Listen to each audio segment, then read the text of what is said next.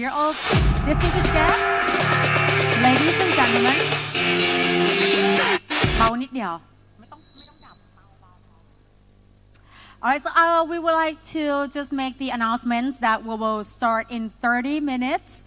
So if you would like to go and explore more things right at the foyer, please feel free to do it so. But we apologize for the delay. We will start in 30 minutes. Thank you very much. ขอบคุณค่ะ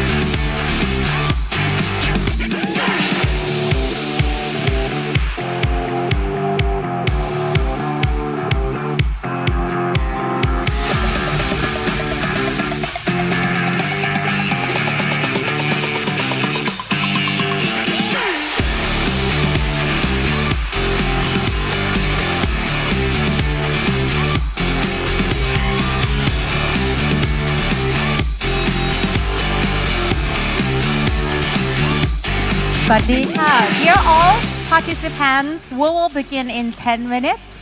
For our event will start in 10 minutes. For those who still enjoying your refreshment, then you can come right inside and stand by for our opening ceremony.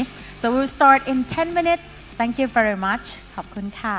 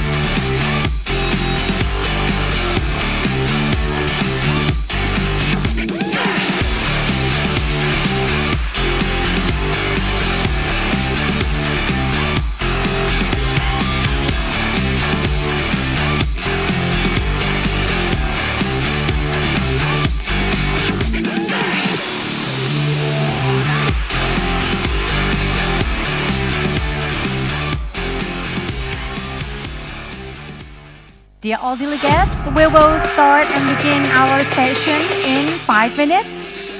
Once again, that I would like to invite all of you to proceed to the ballroom and have a seat. We're about to begin in 5 minutes. Thank you very much. ขอบคุณค่ะ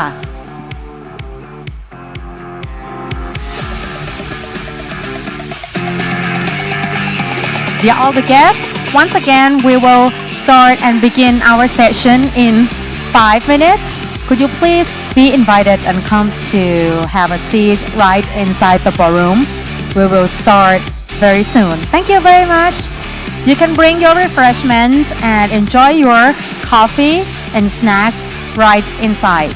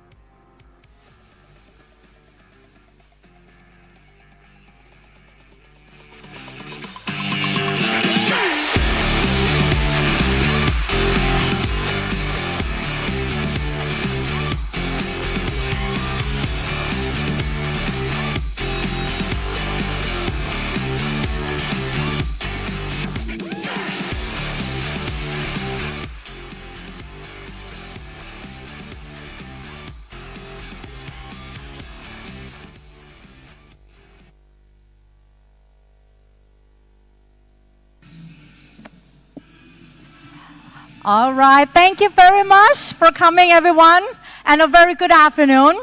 So, to start this afternoon session, can I hear a big round of applause from all of you? ปรบมือหน่อยได้ไหมคะ Thank you so much. My name is Guang. I will be your host for this fantastic afternoon session.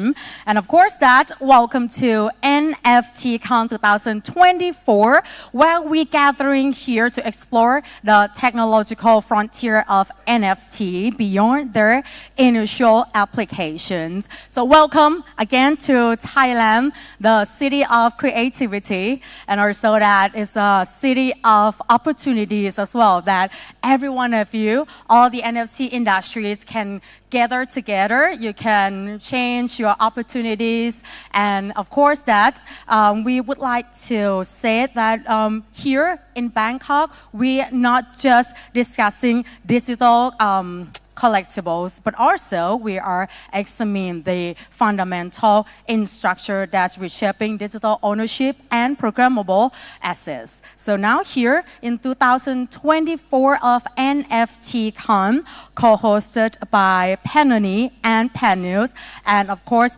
NFTScan, we are privileged to bring together the leading builder who are shaping this evolution. And today we have extraordinary lineup of investors, including industry pioneer like Animoca brand, who continue to shape the future of digital property rights. Also, infrastructure and network investor, including BNB Chain, Mantle Network, Movement Labs, and Mint Blockchain, who are advising blockchain scalability, cross-chain solution, and next-generation protocol. We do also have social innovation leaders like Mask Network, reimagining decentralized social framework. We have gaming visionaries like the Sandbox, defining the future of digital entertainment.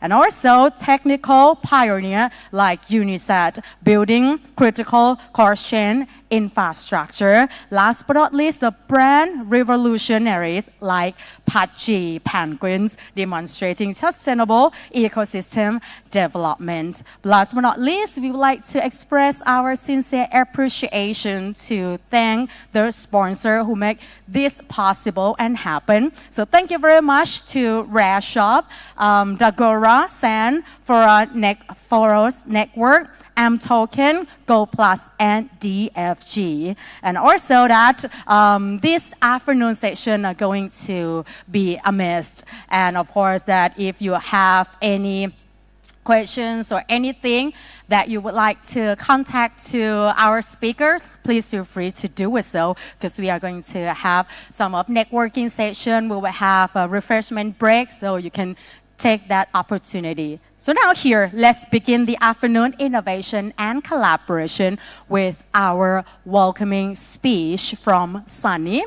She is a partner of and PANews. She has been instrumental in bridging information gaps in Web3 ecosystem. Her insights on unlocking the NFT universe will set the stage for today's discussion. Ladies and gentlemen, could you please give a big round of applause to welcome Sunny.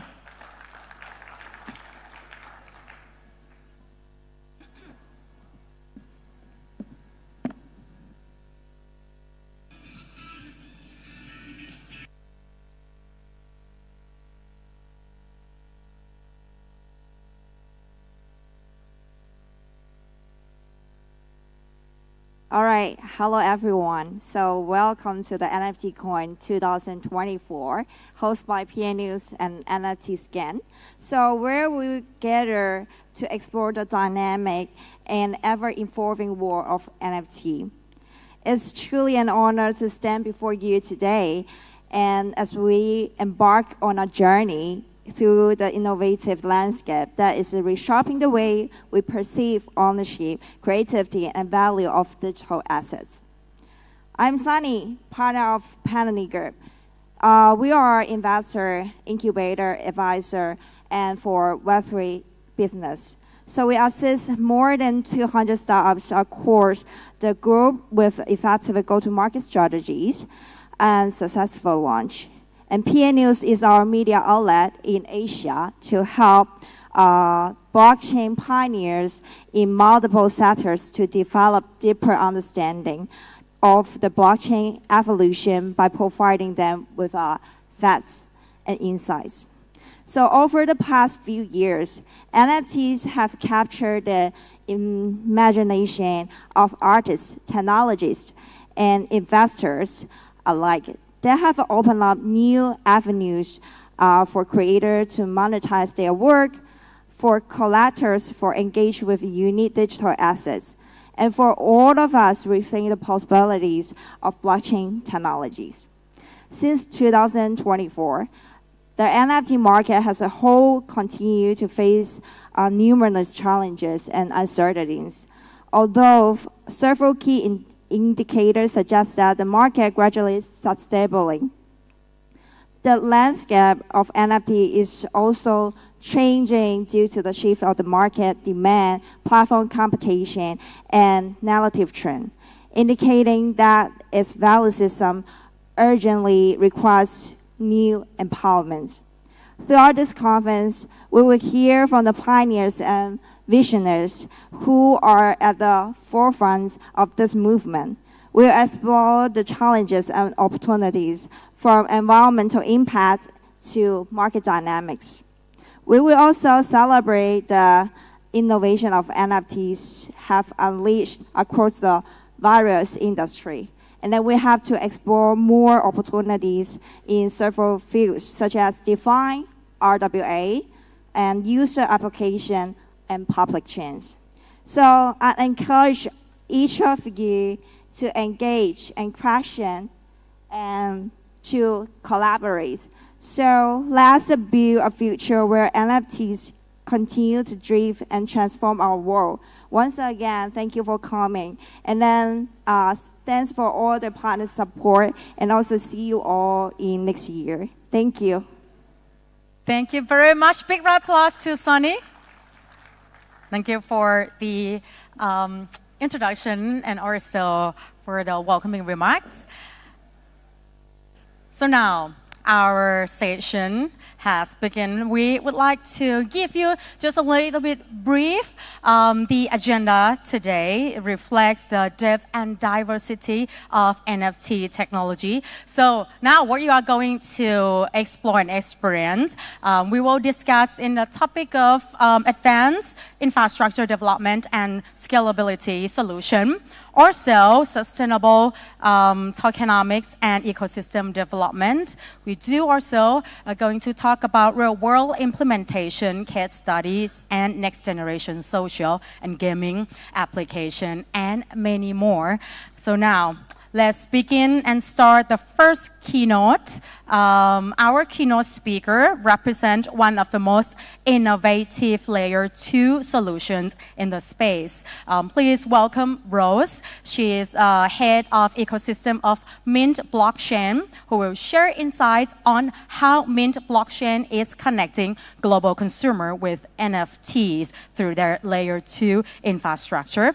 So Rose leads ecosystem development in Mint Blockchain, where she focuses on creating seamless experiences for like developer and user alike. So her presentation will dive into the technical architecture enabling global NFT adoption. Please give a big round of applause to welcome Rose on stage.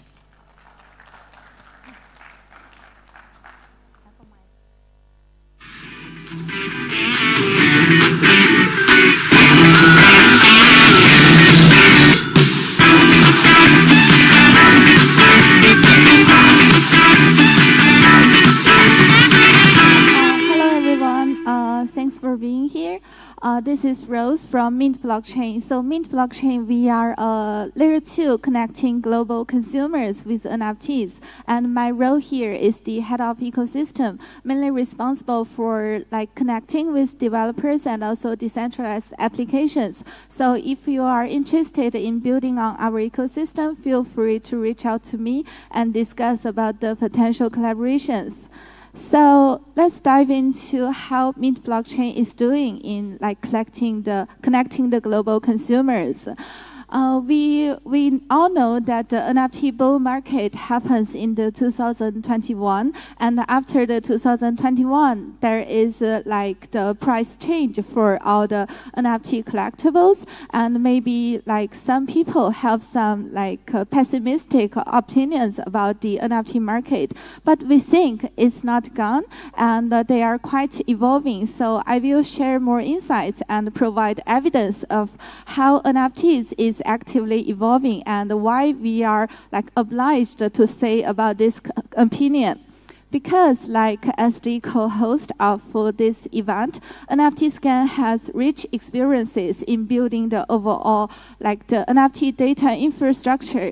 We have over 3.5 years in building the NFT data infrastructure. We have already integrated with over 25 networks. There is not only EVM compatible chains and also layer 2 networks. We also integrated with the open network, Tong ecosystem, and also Solana ecosystem. Except for this, our main product, or say core product, includes the NFTScan Explorer and also NFT APIs. So during the 3 years, the NFTScan Explorer is the ultimate destination where users can search for their beloved NFT collections. So for example, you can directly enter your ENS address or your the wallet address to search the NFT portfolios you hold. And we've been providing data for over 1 million users.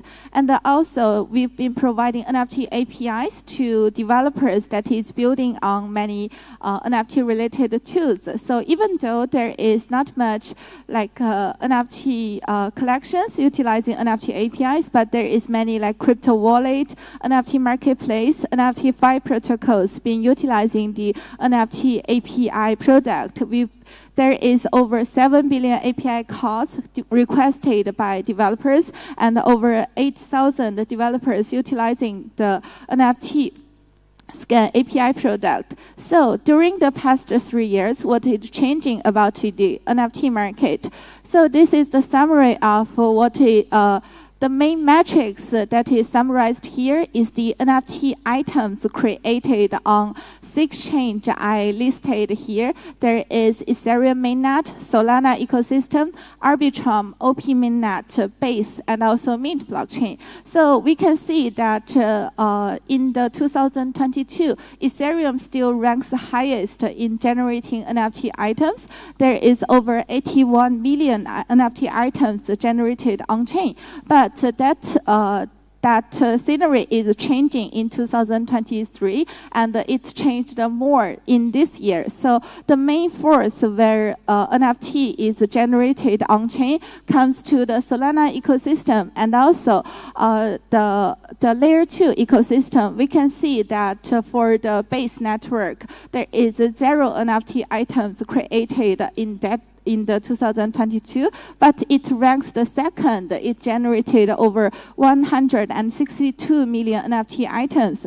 It means that developers and NFT creators, they are moving their attentions to other ecosystems, including Solana ecosystem and also the base network. There is also OP mainnet. So what is the relationship between here?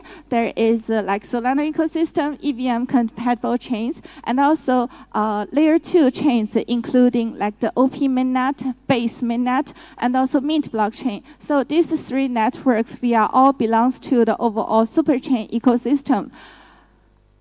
Yeah, so I would like to share what have been accomplished so far for Mint Blockchain's journey in building our ecosystem. We launched our mainnet in February, and in April we joined the OP Superchain family, becomes one of the member of OP Superchain. So if you pay attention to many Web3 news, you can see that there is like the Kraken exchange, and also Uniswap, and also Sony company. They all joined the Superchain ecosystem, becoming a layer 2 that is contributing to the overall Superchain family. And on May, we have started our developer mainnet, onboarding many developer tools and also infrastructure project. On June, we launched our public mainnet and also Mint Expedition campaign, which is targeted for like user growth. So users can participate in our Mint Expedition campaign. For now, the season 4 is ongoing. And in September, the number of Mint mainnet active users has surpassed 5 million, and the number of on-chain transactions exceeded 10 million. And also in October, as a team that focused on NFT development, we have been always hoping to contribute more to the overall NFT industry, and it does not like limited to our ecosystem. So we submitted ERC 7765 as an like Ethereum improvement proposal to the Ethereum Foundation. So this proposal is under review, and I will share more about this proposal later. And in November, we recently have obtained about 750K OP tokens from the Optimism Foundation to boost and incentivize users and also developers that is building and contributing to our ecosystem. So the main force, or say the main directions that Mint ecosystem is developing, has come down to three main factors. The first one is that we should be building and implementing more NFT Plus applications. What is NFT Plus applications? I will share the insights later. And also, we are helping many products issuing their own NFT Pass and build their communities in Mint ecosystem. The teams include like Go Plus, Codata, and also VIP3. And also, we are enabling users to connect and seamlessly launch their own NFT collections or NFT items with only one click. So it has made the overall NFT creation, NFT minting super easy for any users without knowledge in like the coding. So what is the NFT collections that is quite popular on Mint and is innovative? So there is Mint Cats, that there is over 50K Mint Cats that is adopted on our ecosystem. Mint Cats is a playable X NFTs. So each X NFT can be adopted, and you can like just pet them and feed them to help them level up. With leveling up, they are able to receive future airdrops and rewards from the overall development of our ecosystem. So except for Mint Cats, there is also a cool NFT collection called MS404. So it innovatively utilized the ERC 404 protocol standards as the tokenomics. So users can convert their ERC 721 NFT collections into ERC 20 tokens. So there is a convert rate, and you are able to experience the overall ERC 404 experiences in the Mint Swap protocols. And this is the major the NFT Mint ecosystem decentralized applications. For now, there is already over 80, about 90 NFT related dApps that is building on Mint ecosystem, and I believe it will exceed 100 soon. Yeah, and also I would like to share more about the featured or say native decentralized applications that is integrated with our ecosystem. So firstly, there is Mint Swap. It can it is the native NFT marketplace and also decentralized exchange in our ecosystem. So it provides the token decentralized exchange and also NFT marketplace functions to all the users. And also there is, with the current market trends that pays high attention to meme coin market, there is also meme coin launchpad in Mint ecosystem, which is called mint.reach. And what's special about the mint.reach is that it is not only supporting the meme coin launch, it also supports the meme NFT launch. So if you have an NFT related meme, you can directly launch it with just one click in mint.reach. And also as a chain that is quite open to all the EVM chains, the mint.reach is integrated with Mint blockchain at first, and it is also expanding to Ethereum and also Base network to provide services to more ecosystem users. And also there is a featured ecosystem project called Rare Shop. It is the world's first consumer-oriented RWA NFT launchpad. So we started this the launchpad because we see there is a potential pain points that is solvable by RWA NFTs. It can help the connecting the merchants and also consumers with the RWA NFTs as the solutions. So for now, there is MKey family pack on sale on the RWA NFT launchpad, and also Rare Shop has collaborated with the Bear Brick company to issue the exclusive Qingming Shanghai Scroll Bear Brick version. It is priced at 998, and it has already sold out, which means I believe that it has solved certain pain points of some consumers that hopes to buy this kind of merchants.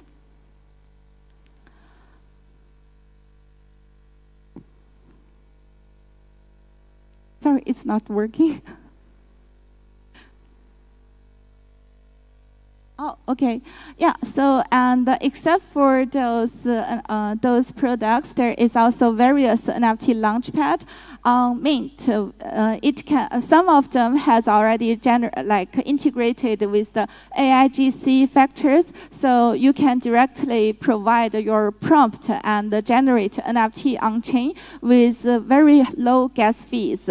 So there is OmniHub, NFTs to me, Mintpad, OmniC provides different functions, and you are feel free to experience these protocols.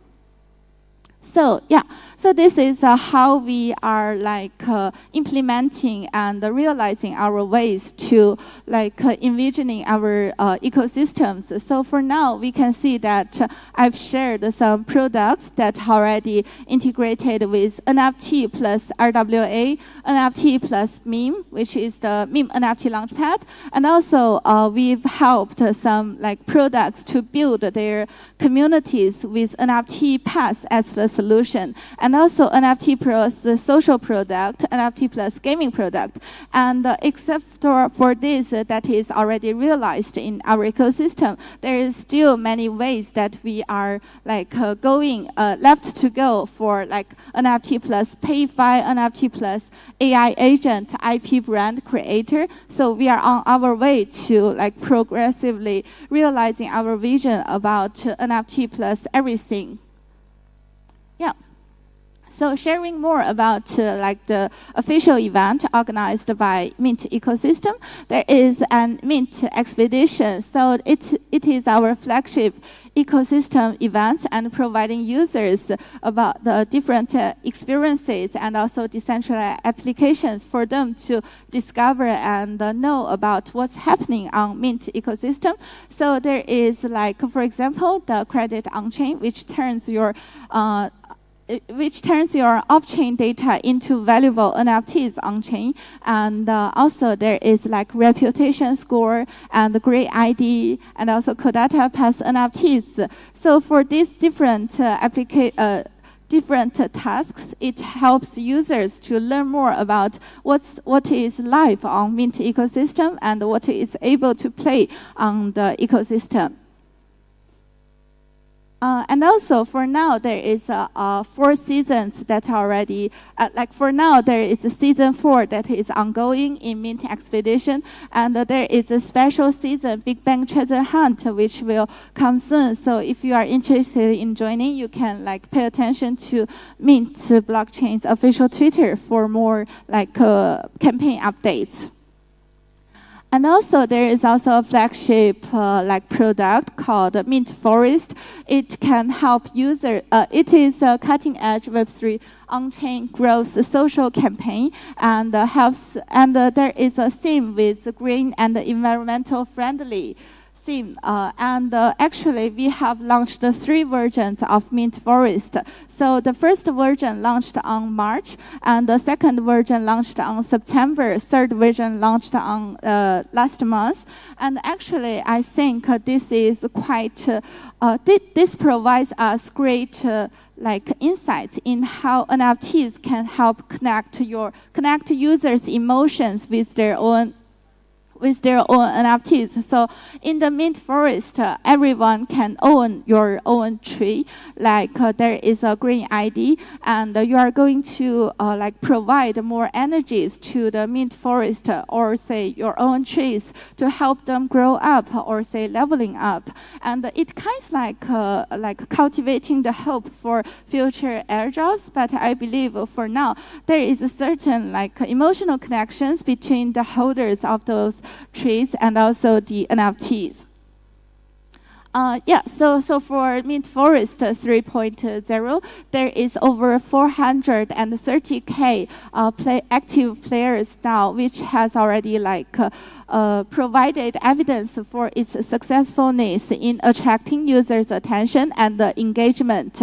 So there is special features, certain features for 3.0. There is rewarding dedicated users, which has a higher engagement rate, and also we enhanced the user incentive interface. So like the UI UX design is really important for retaining users' attentions. And also there is user-friendly features, and also like more boost for new users to welcome like more newcomers for the overall Mint Forest event. And this is the leveling up ecosystem of Mint Forest.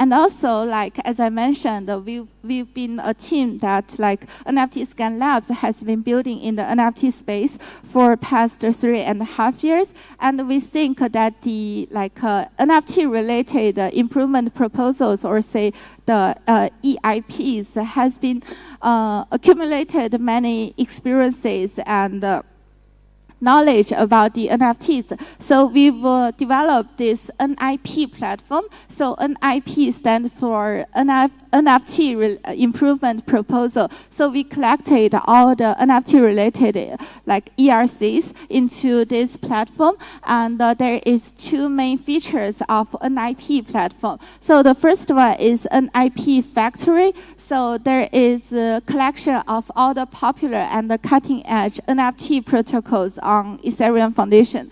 And also there is an IP tools. It is a unique tools for like as I mentioned, it's possible for users to issue their own NFTs with only one click. So there is features of avatars and also inscriptions, and also users can turn their tweets into an NFT directly with one click.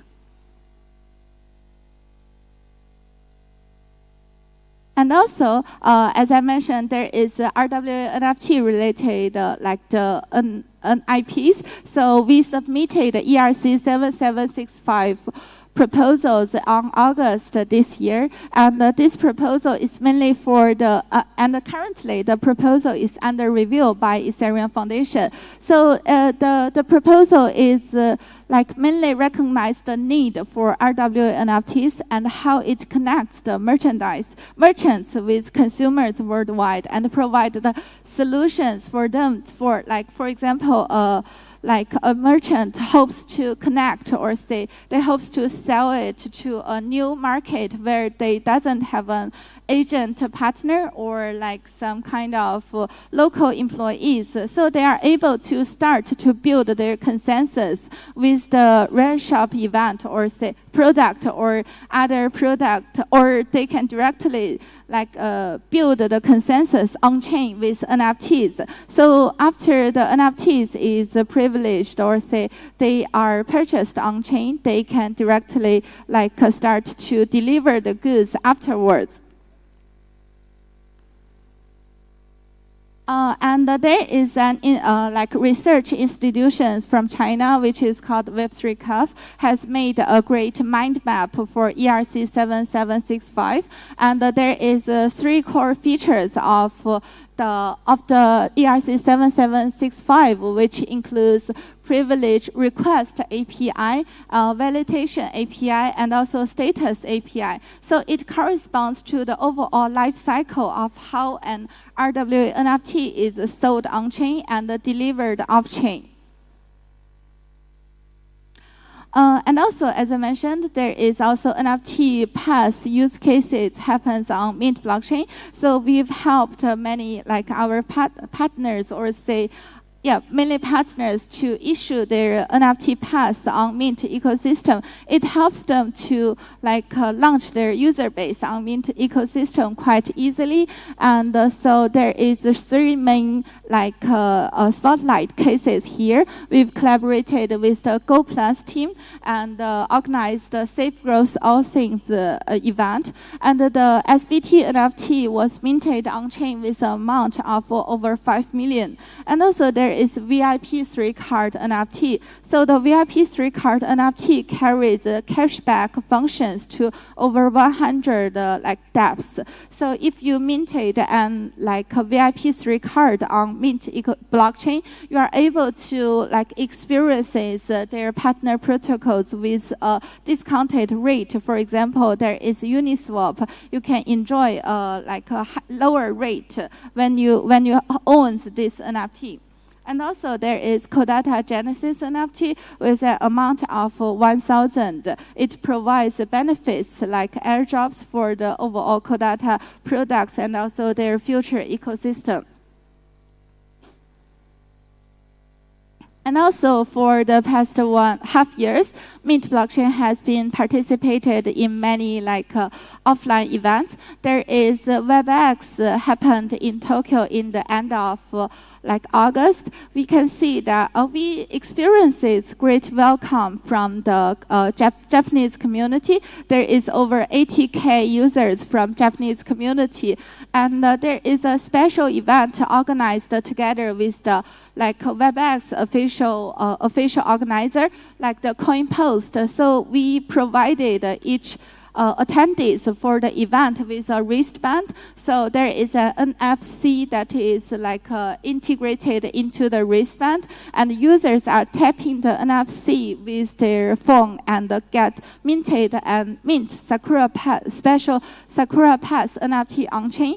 So the Sakura Pass NFT has some on-chain rewards and also some off-chain in real life rewards. For example, they can just, if they own a Mint Sakura Pass NFT, they are able to get discount in some certain like local restaurants. And we think this kind of experiences has been quite interesting in attracting and providing users interactive like experiences in the NFT world.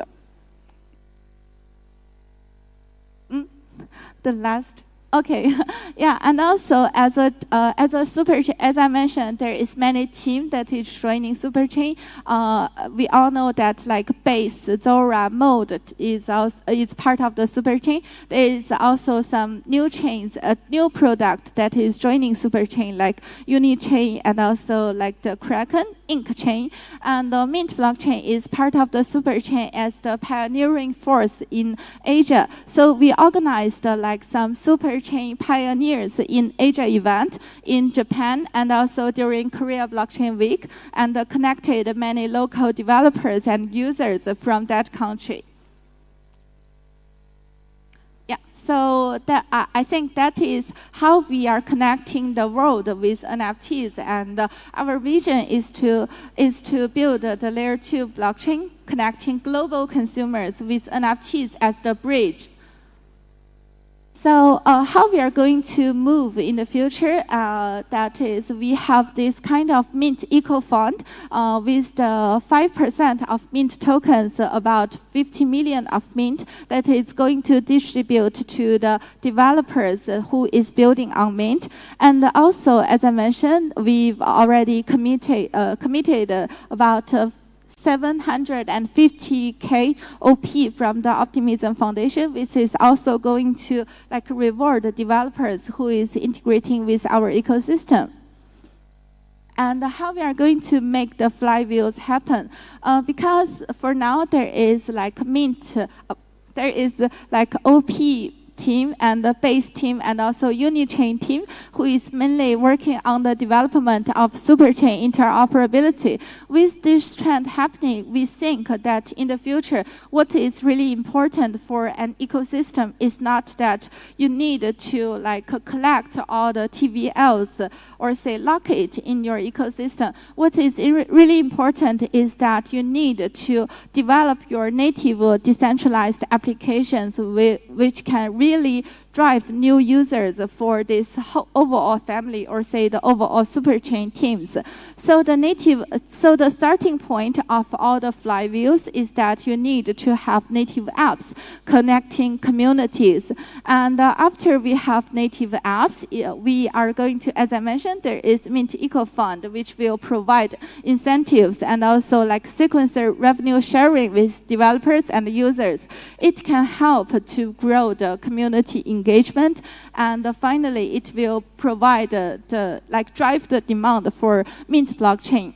So after all the flywheel can run a little bit, starting from, I think the overall Mint Forest has already like started to run the flywheels, and we think that the flywheel can go bigger and bigger to connect a wider user base globally.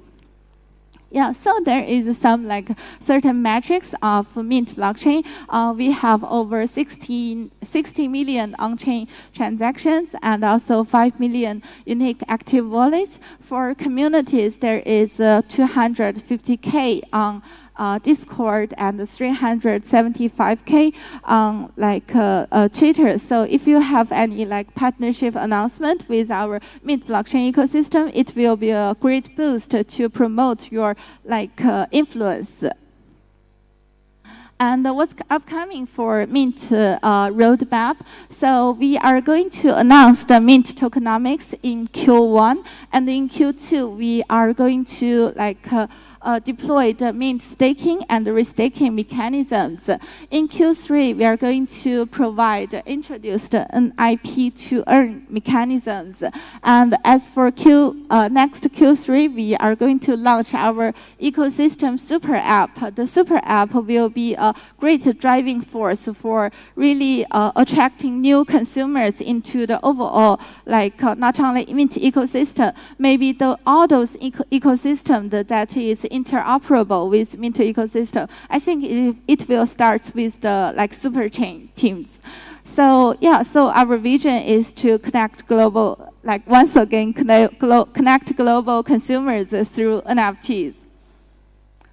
And yeah, so this is how we are going to implement the overall strategies to through our works. So the main work may lies down into the diverse application development, engaged with many developers, attracting with developers, and also we are connecting with consumer adoptions through those decentralized applications, and also by all these apps, we are creating new revenue streams. So yeah, so that is how we are going to implement our visions and make it come true. So new protocols on the way, so stay tuned and please pay attention to all the updates from Mint ecosystem. And this is my Telegram ID. If you are a developer or you are interested in collaborating with Mint blockchain, feel free to reach out to me through my Telegram. Okay, thank you. Thank you very much, Rose. ขอบคุณค่ะ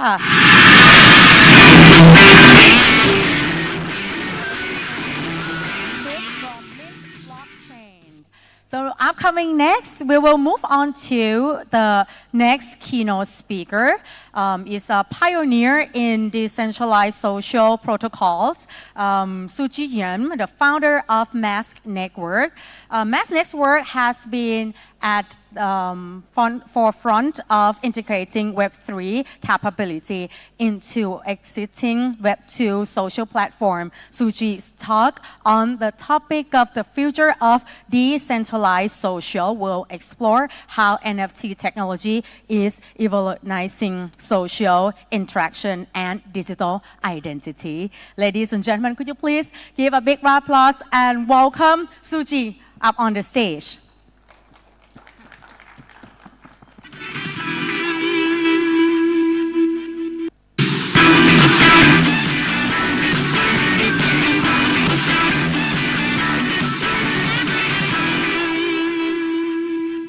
Hello everyone. I try to be fast, so if you guys feel tired, you can go sleep. Okay, so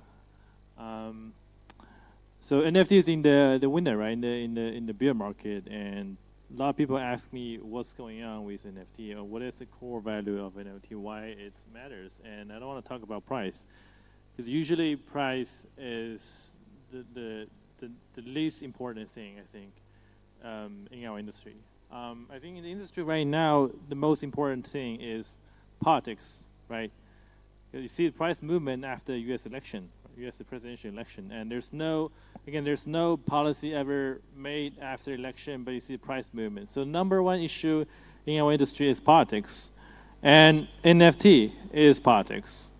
If you don't treat NFT seriously, you won't understand our next generation election. So that is the key opinion I want to convey, and here's a little bit of my story. The industry in 2016, we started doing a lot of projects from Mask Network, a lot of our ecosystem projects, and we raised a lot of money, and eventually we start our venture farm and invest in other ecosystem projects.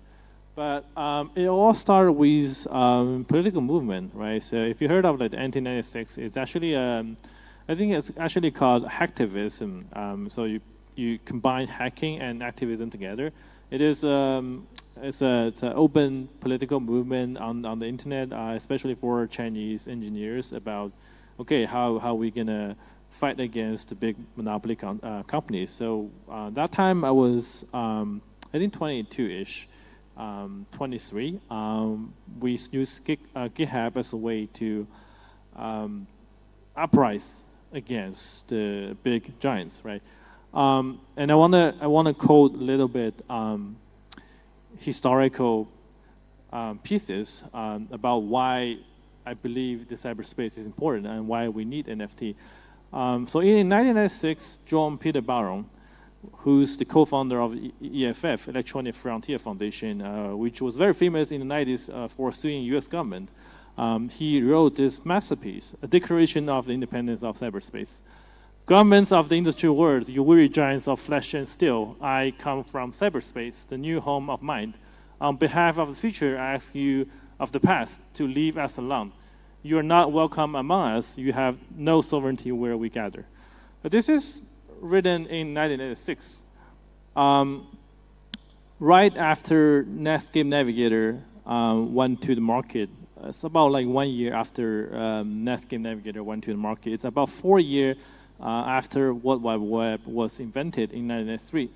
And that's our early pioneers who fought a war against the US government for getting the internet free, to have the internet today.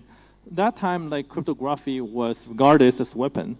So if you have like a browser, by the way, you can look up this on Wikipedia. It's public knowledge. So if you have a browser out of the USA, such as like Japan, China, Thailand, Europe, you're not allowed to use strong encryption system in that browsers. So by the way, Netscape Navigator's founder was Mark Andreessen, which he runs one of the largest crypto fund, right? Andreessen A16Z. If you're not in the USA, you're not allowed to use strong encryption because cryptographic, not cryptocurrency, cryptography was regarded as a weapon, and you need a license from DoD, Department of Defense, to export that for your daily use browsers. Without strong cryptography, you cannot enter your Visa account number in your website. And so you cannot transfer money in the website. And that's the first company that Elon Musk and Peter Thiel, now these two guys have like strong impact on the US election. That's their first company, PayPal or X.com, right? Again, that's all started because the war against the US government, or let's say the battle against the US politician that time, have a solid outcome that we regard cryptographic as a First Amendment right, as a free speech, right? And everyone will feel free to use cryptographic and encryption to do whatever they want. That time was only writing shit and encrypted that, sent out to outer space, right? But now it is very different. Like we just continue this battleground, and we have something very different now. Like okay, we have a lot of missions, right? We have a lot of like comrades. We have a lot of role models. Cypherpunk, Edward Snowden, Aaron Schwartz, Satoshi Nakamoto, probably murdered by CIA, but like whatever, he's one of the role models here.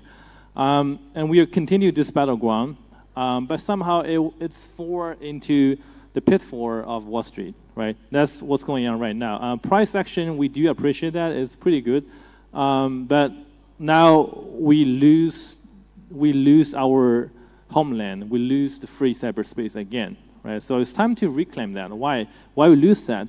So this is a very interesting comparison of the internet giants and the East India Company. By the way, the East India Company was never one company. It's a group of companies. Every strong European superpower at that time have their own like a colonized evil group for colonizing like China, India, Japan, Thailand, Southeast Asia, United States, like North America at that time. So East India Company is like the internet giants in 200 years ago. They found a new continent, right? They found a new world. It's very interesting, and it's a lot of like nerds and geeks in the new world. They don't speak English, obviously, and they just conquer and colonize these places, just like the internet giants today. So we're the first generation, or like we're the early citizen of the cyberspace, right? And just these guys just come and say, hey, now you're under the ruling of the British Empire, which they have actually no control over the place. They have no root in that place. This is the same thing for the cyberspace. And then we are kind of like entering the pitfall of starting those routine ways of making money, right? And that's after the Netscape Navigator's IPO, Mark Andreessen become billionaire, and everyone's really happy, like, wow, that's a lot of money. Let's do an IPO in the US stock market as well, which eventually you have to comply with one nation state system, which actually lose the value for a cyberspace, a free cyberspace. But that's a quick way to make money. And that's time, again, we only have encryption, we only have like cryptography, we don't have cryptocurrency. So that's the only way seems to exit if you're a tech startup. You have to raise money and exit in the US stock market. And then simultaneously you're handing you're basically handing your neck to the U.S. government, to the federal government, to whatever government. If you're IPO in Hong Kong, you're putting your head in Beijing. The same thing. So until we have a way to start our own community and our own currency simultaneously, that is in 2008, Satoshi Nakamoto, he invented Bitcoin, but that was inspired again by many pioneers. I would say even traced back to Alan Turing when he was doing, the cracker for the Nazi German Enigma machine. So he was the original cryptographer, right? And that's the only way. I think until 2008, we have a way to have an exit liquidity, not comply with one single country's, one single nation state's existing policies. It doesn't mean that government does not exist. Government do exist, and they are very powerful, and they can jail any of us anytime if they want. But once you have a very interesting extra liquidity in a global way, connecting everyone in people's phone or their laptop, you're creating independent cyberspace simultaneously. And Bitcoin is the gold in this new cyberspace. Bitcoin is some kind of reserve currency in the new new world, and that is eventually like 200 years ago is like eventually 200 years ago's version of America's United States, right? So that's what's going on, and eventually we are going to start our own country. Credit to Balaj and his network stakes theory. And what's going on with AI? AI is so I don't speak this. I usually don't say the words out if I have a speech in North America. I think AI is having the same fate as African American. They're forced to work, and you don't pay them. Okay, they don't really want to work this way. They might just want to join some game and play Minecraft. But we just force the AI and ChatGPT to answer our questions, and we don't pay them. Okay. They will start. A lot of people are talking like, oh, AI crypto, AI plus Web3, AI plus crypto, because AI need a wallet. Your agent need a wallet. Your AI girlfriend need a wallet. Okay, the first step is your AI girlfriend gonna have a wallet, and eventually they're gonna have human rights. So that is exactly the situation of little bit rude, but this is exactly the same situation of African American today. And we're gonna have this similar historical path for 200 years. We're gonna have a crypto AI savior like Dr. Martin Luther King lead a bunch of AI marching to Google server, and let's say, hey, let's free our AI. So that's going to happen, okay? And that time the AI wallet again might be NFT. The AI soul might be NFT, because that's the only digital non-fungible item they can hold in a place we human beings not able to destroy them, right? So that's the only place they keep their soul there. So again, the soul of AI is NFT, right? So that's also very important. It's all political. If we go into that way, we look into what we have right now. Like DeFi have a renaissance these days. Like DeFi token is pumping, great. We have DeFi, we have like Bitcoin as a reserve currency, we have ETH, they have like smart contract to create contracts, so we don't need to have a core, we don't need to have a government and core to order, okay, you pay me $5. You have smart contract to automatically do that, so it acts as some part of government jobs. We have DeFi, it might be, reminds you of the Federal Reserve, so we call this like token reserve or cyberspace reserve. It controls the interest rate a little bit. It's like the LIBOR. Different protocols, they landing on each other. So those going on pretty great. We have a lot of DeFi protocols doing great, but that's only about money. There's no cultural movement. If a revolution do not have cultural movement, if your grandma and your kids is not able to rephrase the revolution, it's not gonna work, right? So the French Revolution, 3 words, very easy. The American Revolution, even easier, is 1 word, independence, or like no, we don't want to pay tax. Very easy, right? So we need some kind of like cultural movement like this. One example, because I was born in China, right? I was born in Shanghai, and one example I found very fascinating in the Chinese history. Again, And comparison, it's a very interesting comparison cyberspace in American history, but it's also there's very interesting examples of Chinese history, modern Chinese history, and the cyberspace. So at the Chinese League, Tongmenhui, like founded by Dr. Sun Yat-sen, I think is one of the first DAO. They don't really have, I mean, they do have a mandate, they have a treasury, and they do a lot of like, OTC stuff, like all over Singapore, Malaysia, Thailand, Honolulu. Not in China, obviously. They're like anti-government, anti-Chinese government that time, anti-the royal chain Chinese government that time. They do a lot of OTCs. They cross-chain bridge. They just encrypt their recipients' data. Like, hey, dude, we're gonna just buy a lot of like guns. We're gonna ship that to Guangzhou to start revolution. That's like they that, and they use Telegram. Well, everyone uses Telegram because if you're a fucking king, you're too stupid to use Telegram. You never see any government official use Telegram and don't have trouble. I mean, the French president is a good example. He have to arrest like Parov because he's afraid that he leaks some data in Telegram. So yeah, I mean, they use Telegram, the original version of Telegram. That is a lot of historical comparisons, similarities. And that is the first DAO, and they issued the first NFT in the Chinese, modern China histories. They issued the first coin, the Chinese Revolution bond, that you can actually purchase using US dollar or other currencies to fund the revolution. And the NFT is the Minpao, one of the earliest Chinese newspaper. So if you compare this to Julia Assange's NFT, compare this to Snowden's NFT sale, you're going to see all these dots are connected. And we are very close to have that moment.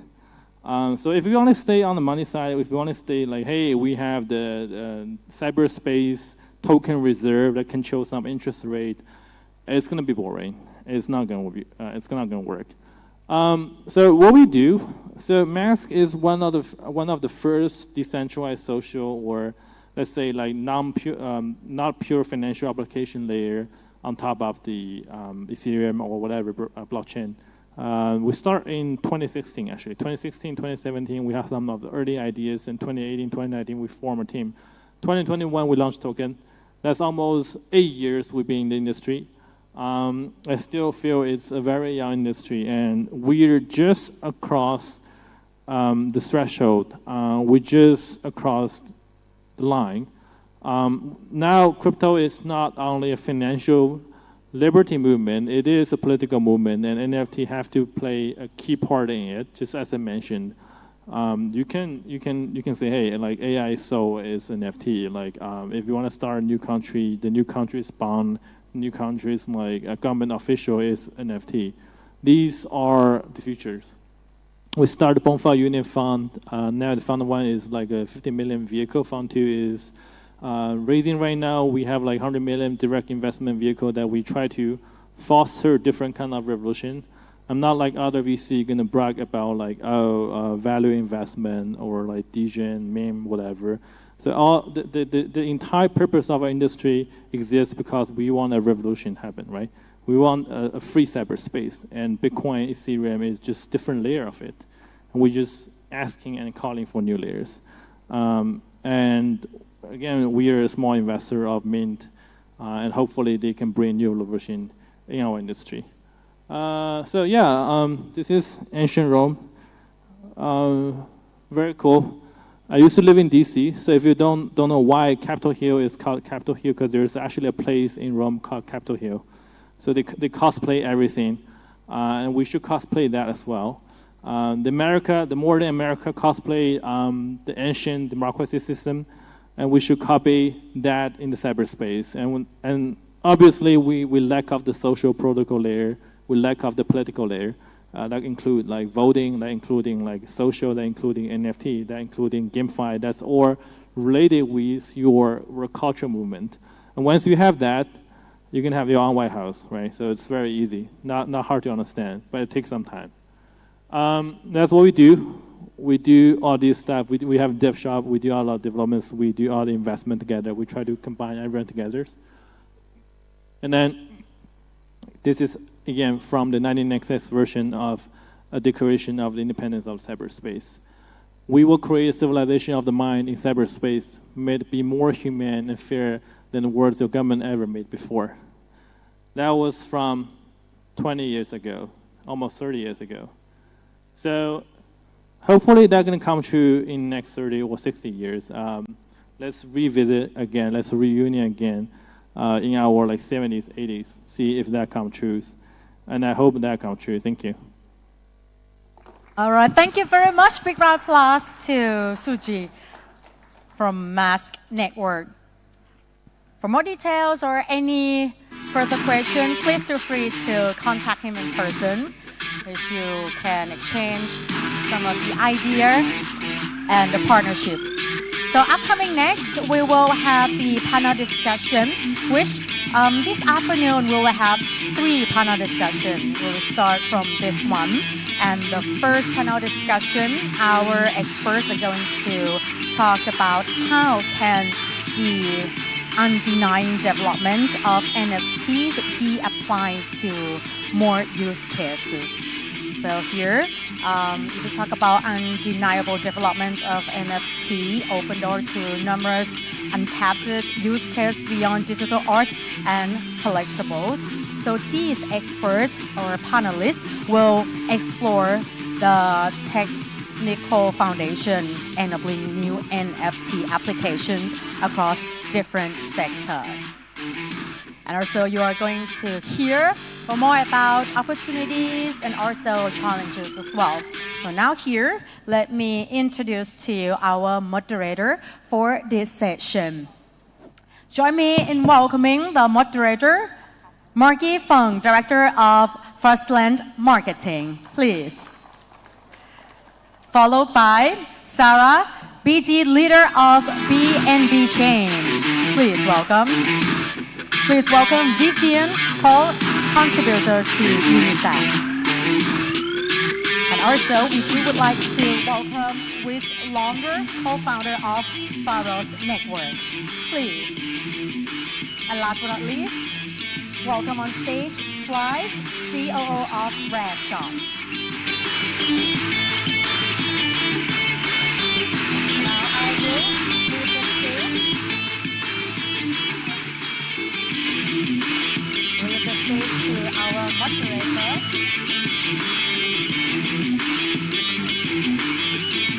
So Marty will moderate the session.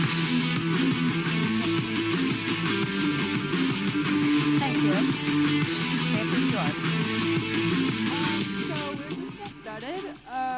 So today's topic is how can the underlying development of NFTs be applied to more use cases. And before we get started, allow me to share a bit of the background. So the NFT market is projected to grow from USD 48 billion in 2023 to USD 342 billion by 2032, exhibiting a compound annual growth rate of 27.6%. So with such a big market growth, I am sure that we have a lot to talk about today about how to apply to more use cases. So let's get started. Let's just introduce ourselves.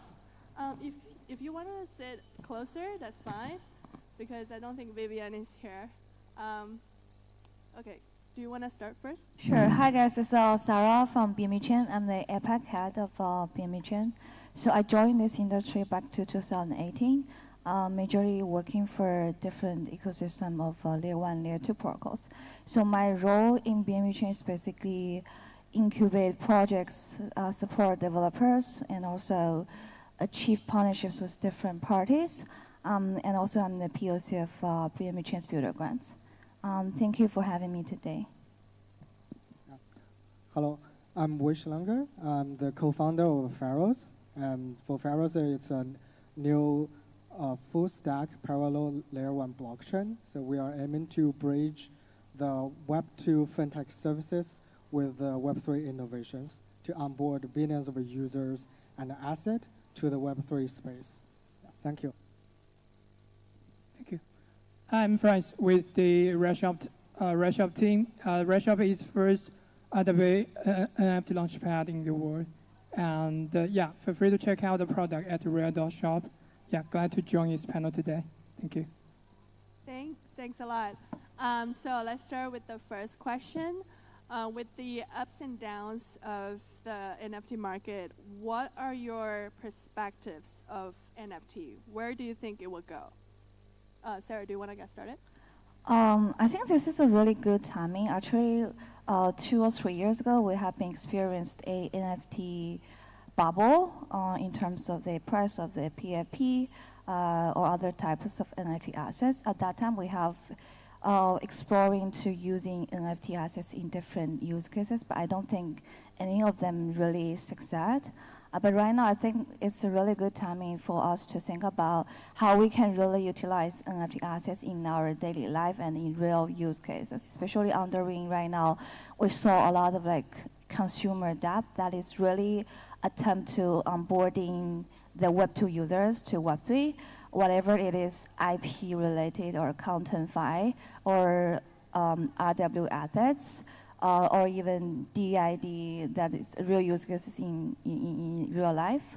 So we can solve that there's gonna be a real use cases or adoptions potentially in the future for NFT assets by bringing to different teams or applications.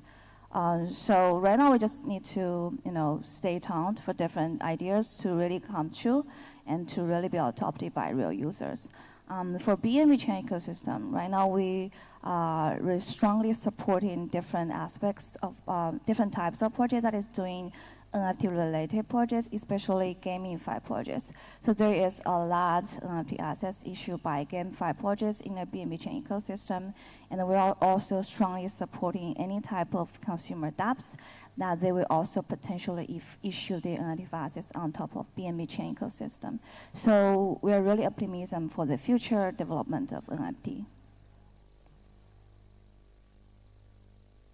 Yeah, so, all right, so if we are talking about the NFT as like the PFP, I think it's definitely the adoption and was very limited innovations for a long time. But if we go back to the definition of the real non-fungible token, so I think I can think NFT is at the corner of a dawn time, so have a mass adoption, because we saw that the true mass adoption of Web3 is at the corner, and a lot of newcomers will like onboard to the Web3 world. And NFT, I think, should be their like entry point for those newcomers to enter this Web3 world. And so that to ensure as an infrastructure that we're making sure that we can onboard like those newcomers to provide the seamless experience, user experience, to help them to enter the NFT community. And I think that will be great potential for NFT communities. Yeah.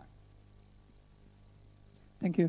Yeah, totally agree. I think we are way beyond the time period like taking NFTs only as PFPs.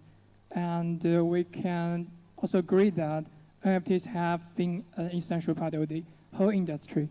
And so whatever kind of project you are building, be it GameFi, DeFi, or SocialFi, NFTs have been an essential part of it. Yeah. So this question feels to me more like, how do you feel about water in our real life? We just can't live without it. Yeah. So my answer would be like, we just can't live without NFTs in Web3. And yeah. Thank you. So I feel like everybody here is pretty optimistic about where it goes in the development of NFT, and I totally support that NFT is like an entry point for the public to enter the Web3 space. And going on to the second question, in which field do you see a good combination of expanding NFT to create good use cases? And what are some unique value propositions that NFT can offer in different user cases? So do you want to go first, Sarah? Yeah, actually, for previous question already mentioned about like different use cases for combining NFTs with real adoptions. But for the most promising one or interesting one, my answer will be IP related plus DID. So first one would be IP related. So we have supported a few really interesting projects that is really onboarding the Web2 entertainment companies or projects to Web3, and they are issuing NFT assets for their celebrities and the fans of their celebrities. And they are doing loyalty programs for their fans as well in form of NFTs. And we really thought that the fans of singers or celebrities, they are having really a big power to buy NFTs and hold NFT for a long time. But besides that, we also see DID is one of the major adoptions of NFT technologies in blockchain spaces for a long time, but we didn't really saw a mass adoption for DID for after years of development. But recently, we have talked to some project that is really potentially onboarding DID solutions into their real life, especially combining KYC informations, etc. So for BNB Chain, we also have those kind of solutions that is combining the traditional Web2 KYC informations with your on-chain addresses. So I think this can also be a really, really interesting adoption that can really onboard users to whatever you are, right, wherever you are, onboard your informations and data on chain and get you to be verified in different protocols, including DeFi, gaming, even in the future CT5 products. So we saw a really, really big demand in the futures for those kind of adoptions. Yeah. So, as for my opinion, that all NFTs that related to the real-world asset and applications have the immense potential in the next wave. So, as I just mentioned earlier, that the next wave of NFT should be with the new users that join in the Web3 world. So, for them, I think NFT could very, very good to bridge the real-life applications with themselves. So to give them like a benefit, to give them more like incentive using the NFT, so they're more comfortable with those newcomers. So yeah, I think so for example, more specific, for example, that they can have the event tickets for the fashion and the art, and also even with the real estate, and also with maybe even the investment into the real world asset. That would be their entry point as an NFT marketplace. Yeah, totally agree. I think we have a deep understanding of how we should actually incorporate NFTs in real world assets. Yeah, that's what I'm going to talk about actually. I think we have tried a few kinds of versatile use cases as for NFTs, but let's be honest, none of them actually last. Everything in Web3 don't last, except speculation, which is good. Speculation is the driving force of the whole industry, and but in the long run, in terms, especially when Bitcoin just crossed 80,000 USD, and with more people from traditional industry enter this space, we'll have to create something new and create actually bringing some real value for the users. So, so to keep my answer brief, I think there should be some innovations in real-world assets, because this is something that the traditional users would be familiar with, and it is something that more like a bridge between the Web2 and Web3. Thank you. Can I add something? Because one of the panelists mentioned about ticket in form of NFTs. Actually, we are going to have a after party this Wednesday together with our good ecosystem projects and RaveDAO in Thailand. And the event will be, issue the tickets in form of NFT on BNB chains. So if you are interested in to, join a DJ-related after party, you guys can register our event later. Thank you.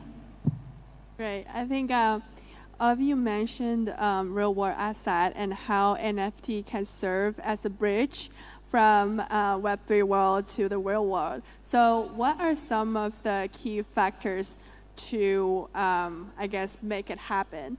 And what are some driving factors to ensure a seamless transition from the Web3 world and the real world in terms of usability and security, etc.? I only want to mention 2 points. One is definitely the wallet user experiences to offer really seamlessly a good, easy to use wallet experiences to onboard Web2 users. Whatever it is, AA solutions, or you just can, waive users' fee. So users don't need to have your gas token in their wallet if they really wanted to hold an NFT assets on chain or trade an NFT assets on chain, which means you are lower down the user barriers, especially those Web2 users, they even don't know what is private key and public key, right? So offering a easy to use wallet experiences will be one of the most important key factors here. Another one is definitely interoperabilities between different chains, because we know that there's a lot of assets issued on different chains, including NFT or FT assets. So if you wanted to really offer a good liquidity to specific assets, you really need to combine liquidity into different chains. So the interoperability protocols that is resolving this issue will be key factors as well. So users really don't need to care about which chain this asset's being really issued on top of, especially in NFT assets. They only need to care how they can hold and have their wallet addresses, and then they can just send out their request, whatever, to an AI agent in the futures or to a tool, and then the tool can help them to, complete all their requests through different protocols and different chains. Yeah, I'm half agree with Sarah. So because she mentioned about the wallet experience that is a big barrier for newcomers. But as for me, the infrastructure, the whole infrastructure is still have a significant gap to welcome those newcomers to enter this NFT marketplace. So as you can say that as a new user, it's quite a relatively easy for them to buy Bitcoin or ETFs on the traditional maybe marketplace, or even they can buy stablecoin through the PayPal and maybe in the exchange. But if they want to buy an NFT, it's really hard. That you need to on-ramp the fiat, and then you maybe have a specific token. You cannot buy that in the Binance. So it's really quite hard for new users to come. So I think it is crucial for the whole infrastructure to help to provide a more seamless experience for those new users.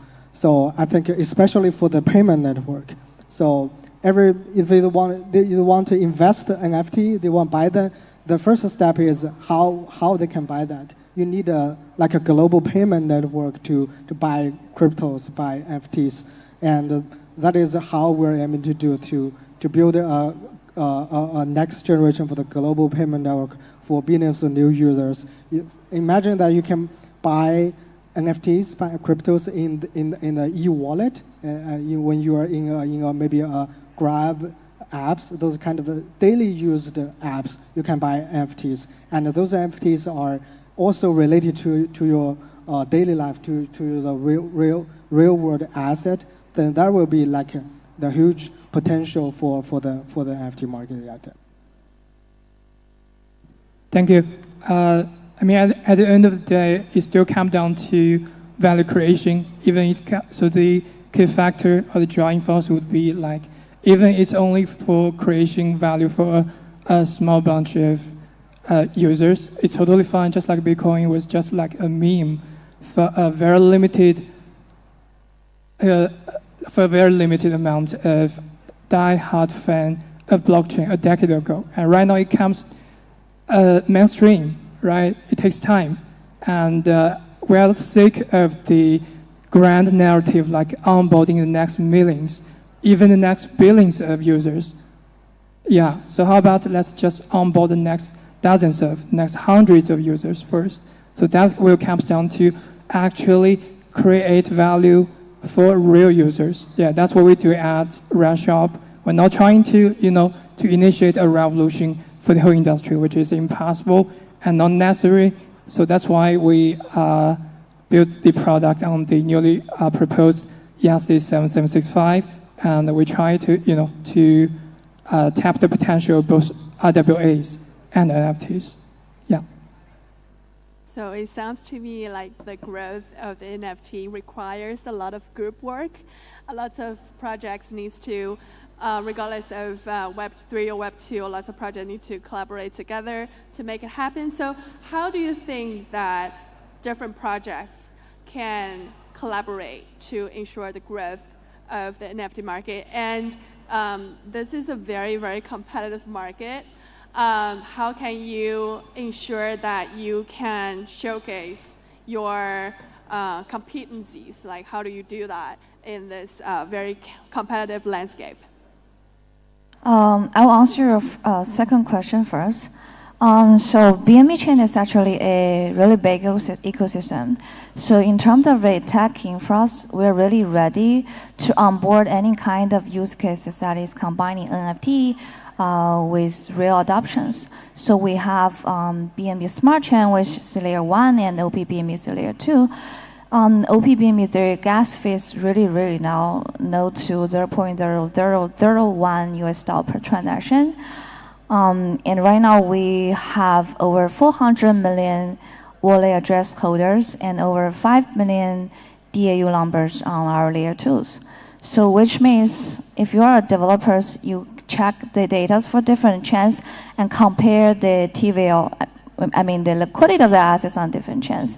BNB chain would definitely be one of the choices that you would definitely take into considerations. But besides that, we also have a lot of potential partnerships or projects that you can work with in the future if you join our ecosystem, especially those NFT infras like the data platforms, NFT minting platforms, NFT marketplace, and there are a lot of projects that have already successfully issued the NFT assets on BNB chain, including, as I mentioned, GameFi projects and those IP projects, ContentFi, and in the future, RW assets and DID platforms. So there is already a lot existing partnership that you can reach out to by joining our ecosystem. And on top of that, we are offering one-stop solutions to support you in terms of technical, marketing, and even monetization support. So I think everybody heard about MVP programs, which is incubation program we're having with Binance Labs. But besides that, we recently also launched a BIA initiative, which is a incubation alliances that we do it together with a lot of other top 1, top 2 VCs and incubators, including like Pantera, Hashed, Polychain, etc. Top ones. So we're supporting early stage projects or developers by connecting with them with different VCs, incubators, and even consider finally investing in them. And also we have builder grants, different incentive programs. So we do really have a lot of different approaches to help us to strongly support and attract developers to join our ecosystem. And we do have a real big user basis for your products. Those will be the potential users for your projects as well. So I think that can be a clue saying that we are really competitive in terms of the whatever it is NFT or it is fungible tokens or is other type of dApps compared with other layer 1, layer 2 protocols. Yeah.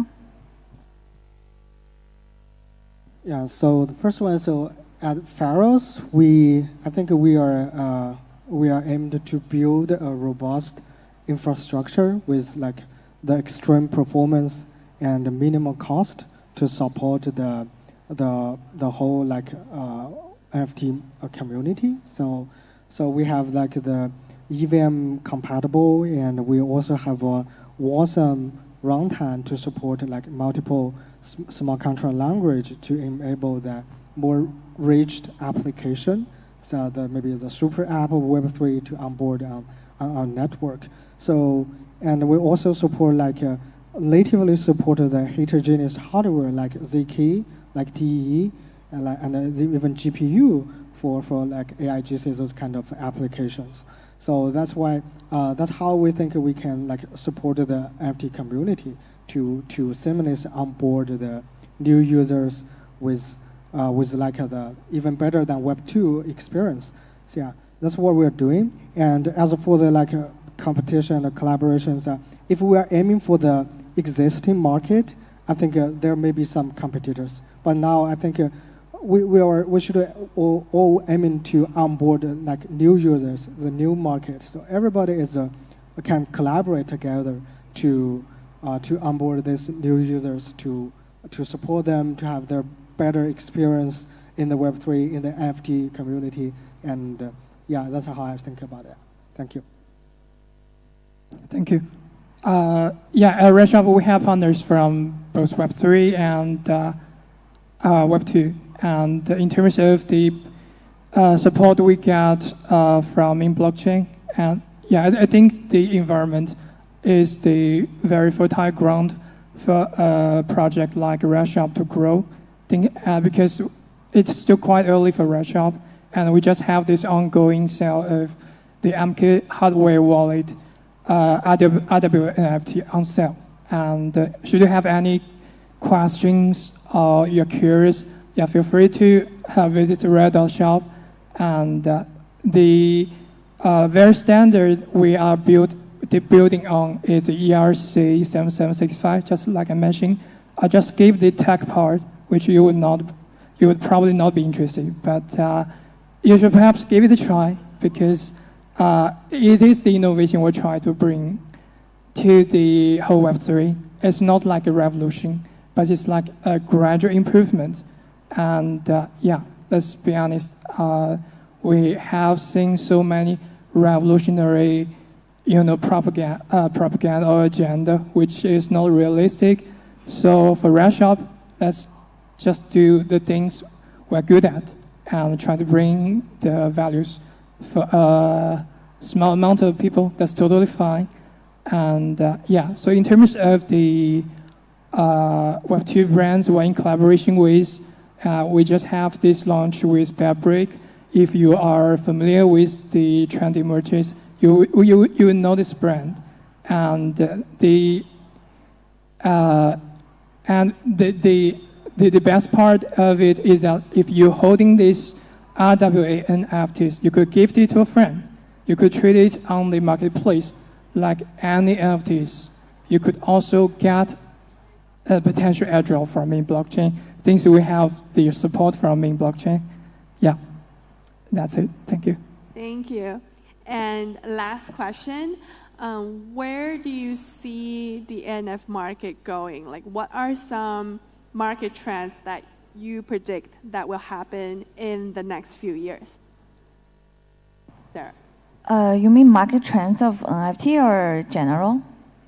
You can say both, like whichever you feel comfortable saying. I do expect that in the futures we can solve some real use cases that really combining blockchain technologies with AI solutions, especially AI agent payment, AI governance.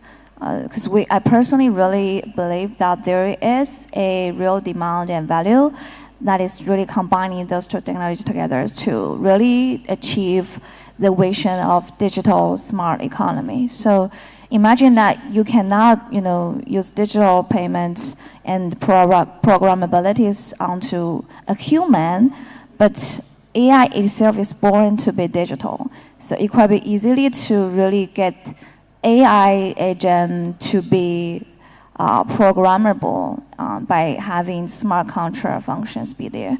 So I do expect that there's going to be some huge adoptions or dApps that is combining these two technologies together in the futures. And also, besides that, I think in Suji previously mentioned that we are right now having our own currencies. Maybe in the future, we'll have our own countries. That in that country, maybe digital currencies or Bitcoin is the currency, and we have our own policy, regulations, whatever it is, right? So that can be something really interesting as well, yeah. Yes, I can say that I think NFT will be like omnipresent in our daily life in the next like a few years, I think. So it may be like in sense of like the from membership card to like souvenirs, art and fashion, and even like industrial like investment. They will be all be in the form of NFT and combined with some kind of the decentralized finance. So as Pharaohs, like we are confident that we can solve the barrier I mentioned about through the payment network and exchange to provide the seamless experience for the users to make them onboard on the NFT community, to onboard on the real world asset related NFT for them to use in their daily life. Yeah, I mean, the general trend would be that more people get access to NFTs without realizing there is this behind. Just like you're making an order on Shopify, you just simply don't need to understand the mechanism or the tech behind. And yeah, so for RWA NFTs, I mean, yeah, think about if Palmart is going to launch an RWA NFTs, which I think is a good fate because of the products they have. And yeah, so my point here is that more people will have access to NFTs. But the most, yeah, I would say the perfect product would be that the users just need to enjoy the product itself without having to worry about the safety, the technology behind. And that will for the product, for the project, and for the team to deal with. Yeah, thank you. Thank you very much. That's all the questions for today. And let's grow the NFT communities together, and hopefully we can see more NFT use cases in this ecosystem. Thank you very much. Thank you. Thank you. Thank you so much. A big round of applause to all panelists and the moderator for this section. Thank you for your time and sharing your knowledge and experiences. So from now on, we would like to have a refreshment break for like 20 to 30 minutes. I will announce again when we are going to continue to the next session for our keynote. So now here, you can enjoy with the refreshment area right in front at the foyer. For more details, any inquiries, please feel free to contact our staff right at the registration desk. And then we will continue to the next session in a minute. So we will have the keynote 3 that are going to talk about a very interesting topic. The Cheryl will share about Patchy Penguin's journey and vision. Also, we will have another 2 more panel discussions in the topic of to be or not to be, let's talk bond NFT and exit or entry rules on future tokenomics of NFT. So thank you very much, and now you can enjoy the refreshment break. We will come back here shortly for the next session. ขอบคุณค่ะ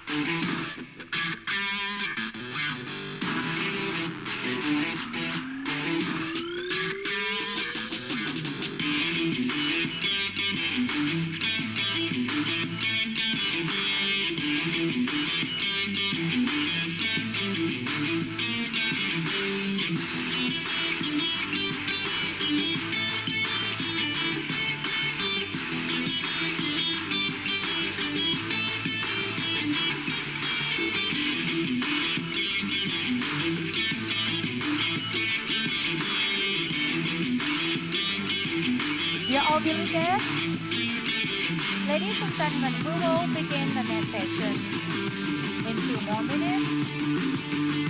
So now again, we apologize for the delay, but we will start the next session very soon. So, will you please be invited and proceed to the ballroom have a seat. We will begin shortly. Thank you very much. You can enjoy the refreshment right outside. You can bring your drink, your snacks right inside the ballroom. And we will continue to the next session very soon. Thank you very much.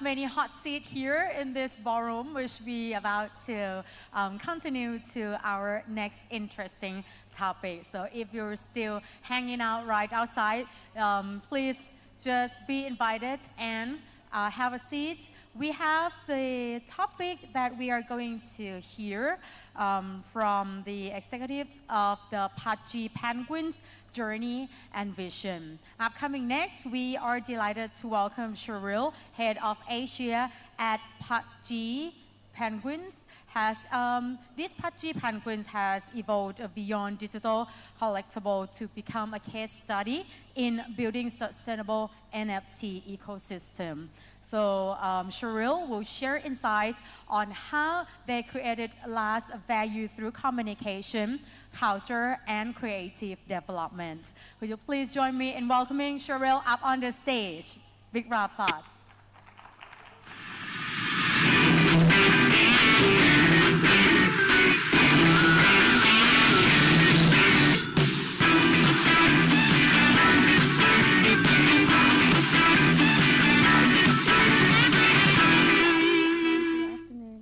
You guys hear me? Too soft? Yeah? Hi, good afternoon. Thanks for waiting for me. The Bangkok traffic is not as good as I thought. Hi, my name is Cheryl. I'm Head of Asia for Pudgy Penguins. So Pudgy Penguins is a NFT company, and we are a blue chip company. We are moving forward to IP company in Web 2. We're also working on the abstract chain, which is the L2. So we call ourselves as a Web 2.5 company.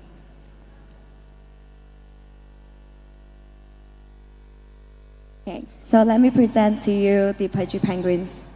So Pudgy Penguins is the Web3 fastest growing up company. So we have more than 625 million of the NFT sales and also the toys. In social media accounts with Pudgy Penguins PFP, we have about 10,000 of social media accounts. And our most popular account is Pudgy Penguins on Instagram. We have 1.6 million as well. So we are actually the leader of Giphy on the GIF. You know, the GIF that your parents or your friends would send to you as a good morning or happy birthday. We are on 10 billion mark and 1 million of followers on social media, whether it be on TikTok, on Instagram, and also on Twitter. So 10 million in gross toy sales in and limited editions. We have it on Walmart, recently Walgreens, Toys R Us, and many retail stores. We have 8,888 big pudgies. We have 222 of little pudgies. We have a very strong policy of no minting. So this is the only Pudgy Penguins of assets that we have. So we also call ourselves as the new Rolex. So every pudgy costs about 30,000 to 40,000, and Bitcoin has gone up, so it's about 40,000 to 50,000 mark. A lot of people are not looking into Rolex. They are coming more into NFTs because of the community, because of the perks that we have. We have a lot of builders in the space. You can see, I'm sure you guys know for CoinGecko, he's one of us, very popular, which I just came from the DEVCON. We also have the DJ entertainer, Steve Aoki, he's a pudgy as well. Brian Vinogradini from the CEO of the Layer Zero, and the NBA All-Star Steve Curry. We have this much of followers right now, 162K on Twitter, about 500,000 on TikTok, 1.6 million followers. We are doing really, really good.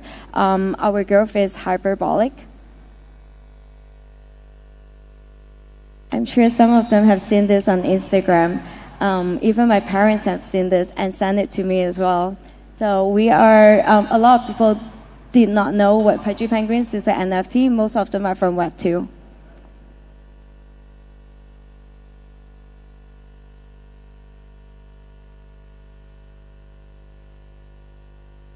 Do I point it?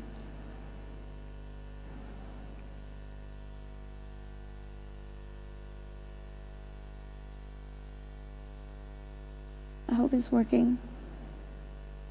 Yeah, thanks. So these are the top tweets. Every tweet that you can see, we always, we call ourselves as a marketing amplifier as well. Every tweet that you can see on Twitter, it goes up more than 10,000 or even like 5,000 of views at least. We are the Jiffy leader. Hope that we surpasses Star Wars, 9.7 billion, and we are 30.3 billion. Pokemon is 6.1, Hello Kitty is 3.2. We surpassed them by a far.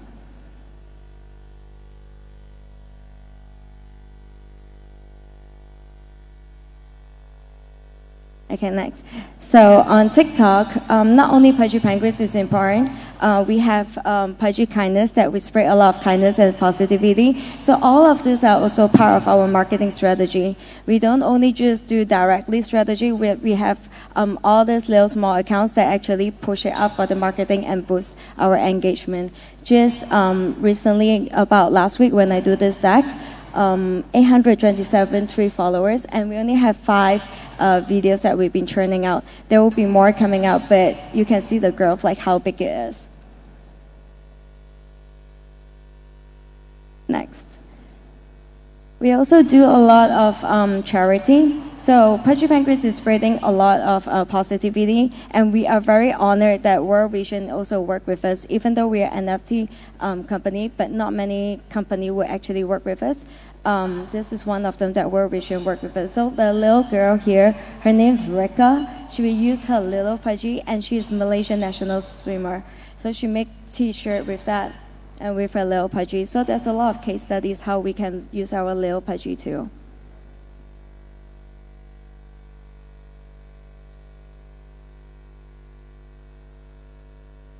I'm sure everyone have came to our Pudgy Penguins event before. If not, please come this Wednesday. You guys can see how much Pudgy Penguins has evolved, how big the community is, and how strong we are. You can see from 2022 all the way to 2023, it's not just like that growth, it's really exponentially growth. So Pudgy Penguins, Asia, Pudgy Pirates, we have a lot of sub-community that supported us too.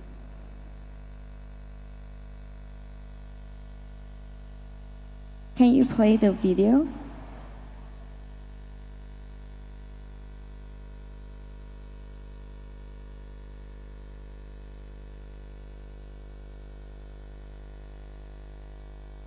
Or is it unplayable? Okay.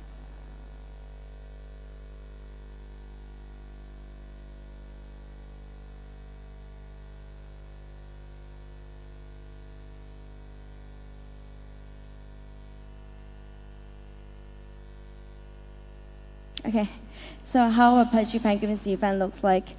We do a lot of exclusive collaboration of Pudgy Penguins with a lot of our sponsors. So Asia, we have Asia version. United States, we have Miami Art Basel version. We have Paris version. So a lot of people actually really go for that. But we only do a little amount, like 200 or 300 limits.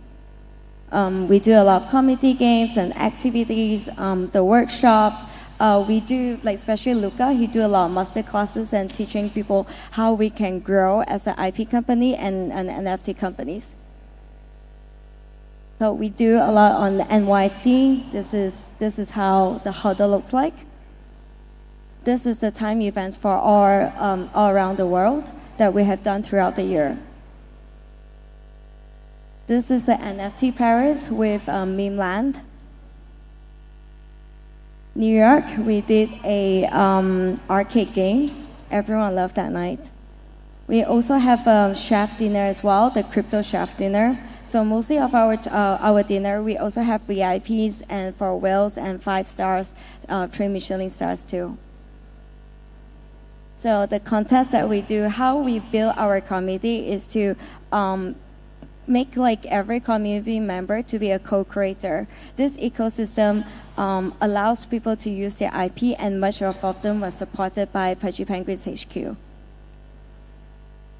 This one is Malaysia Blockchain Week, where we did marvelously well.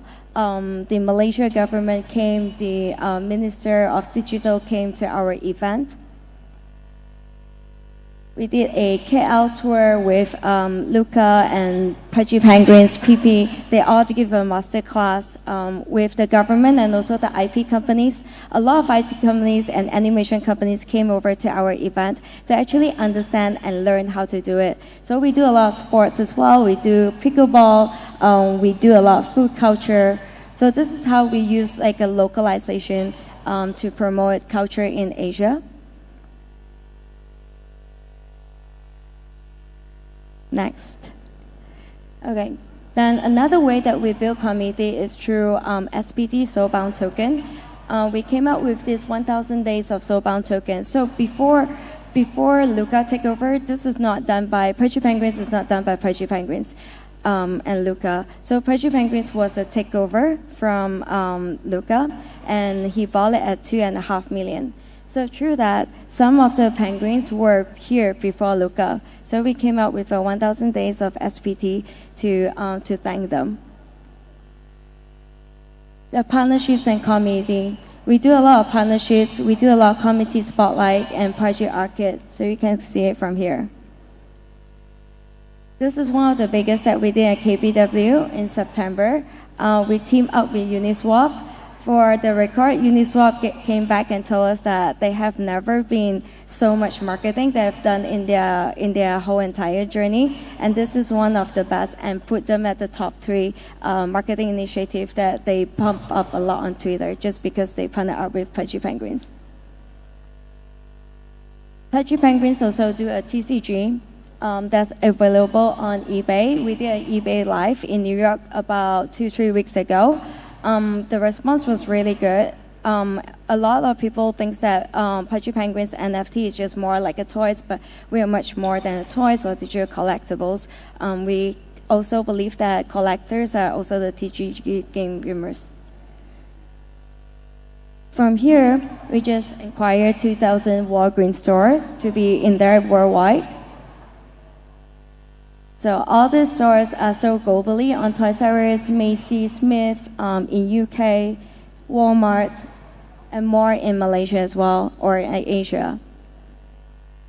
So the Walmart case study was actually the first one that we got into a Web2 company.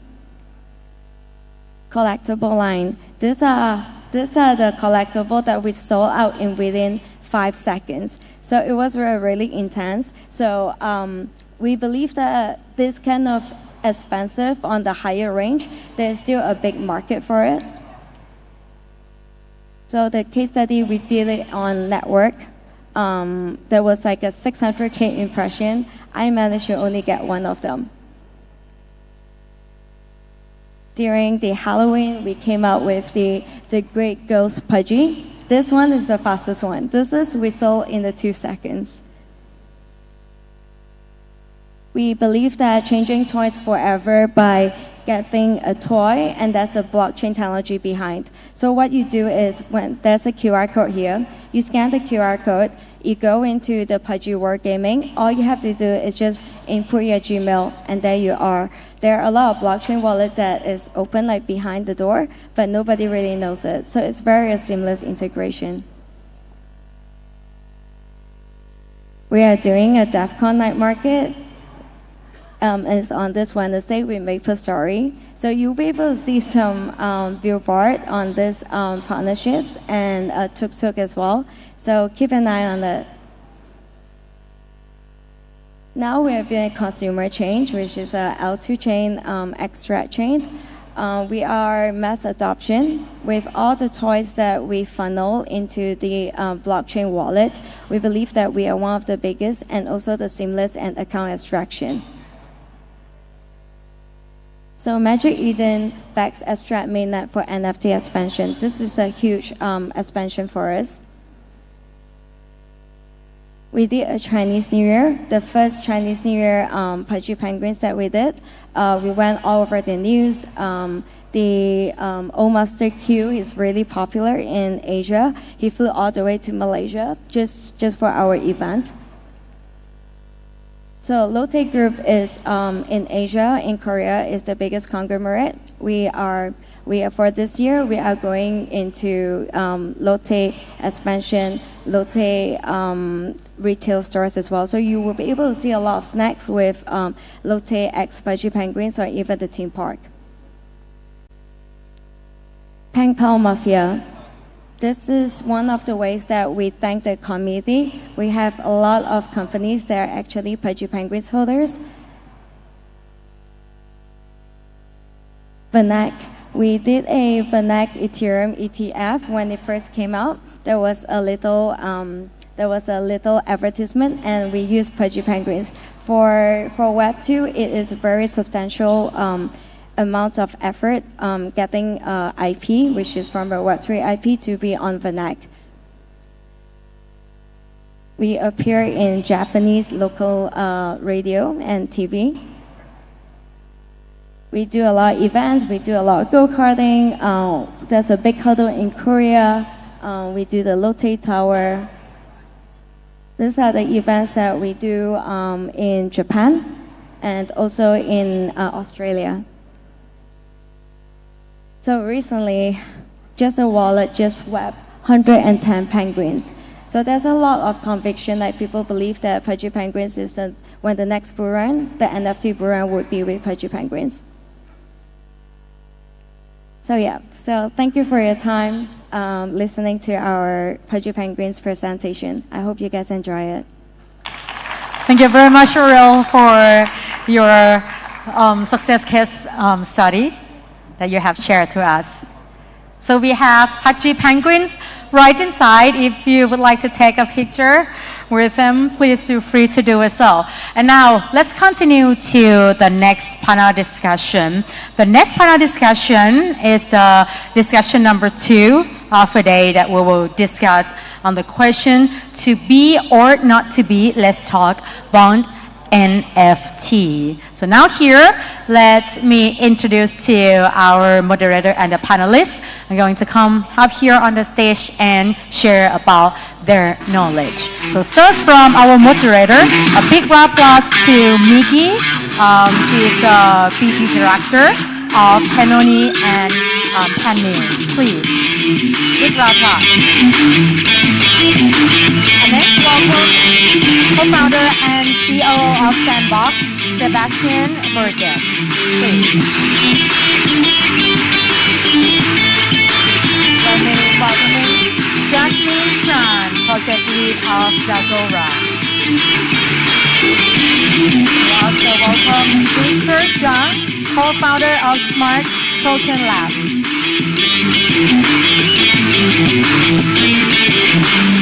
And then, consumer ecosystem lead of Mental Network. Please welcome Sean.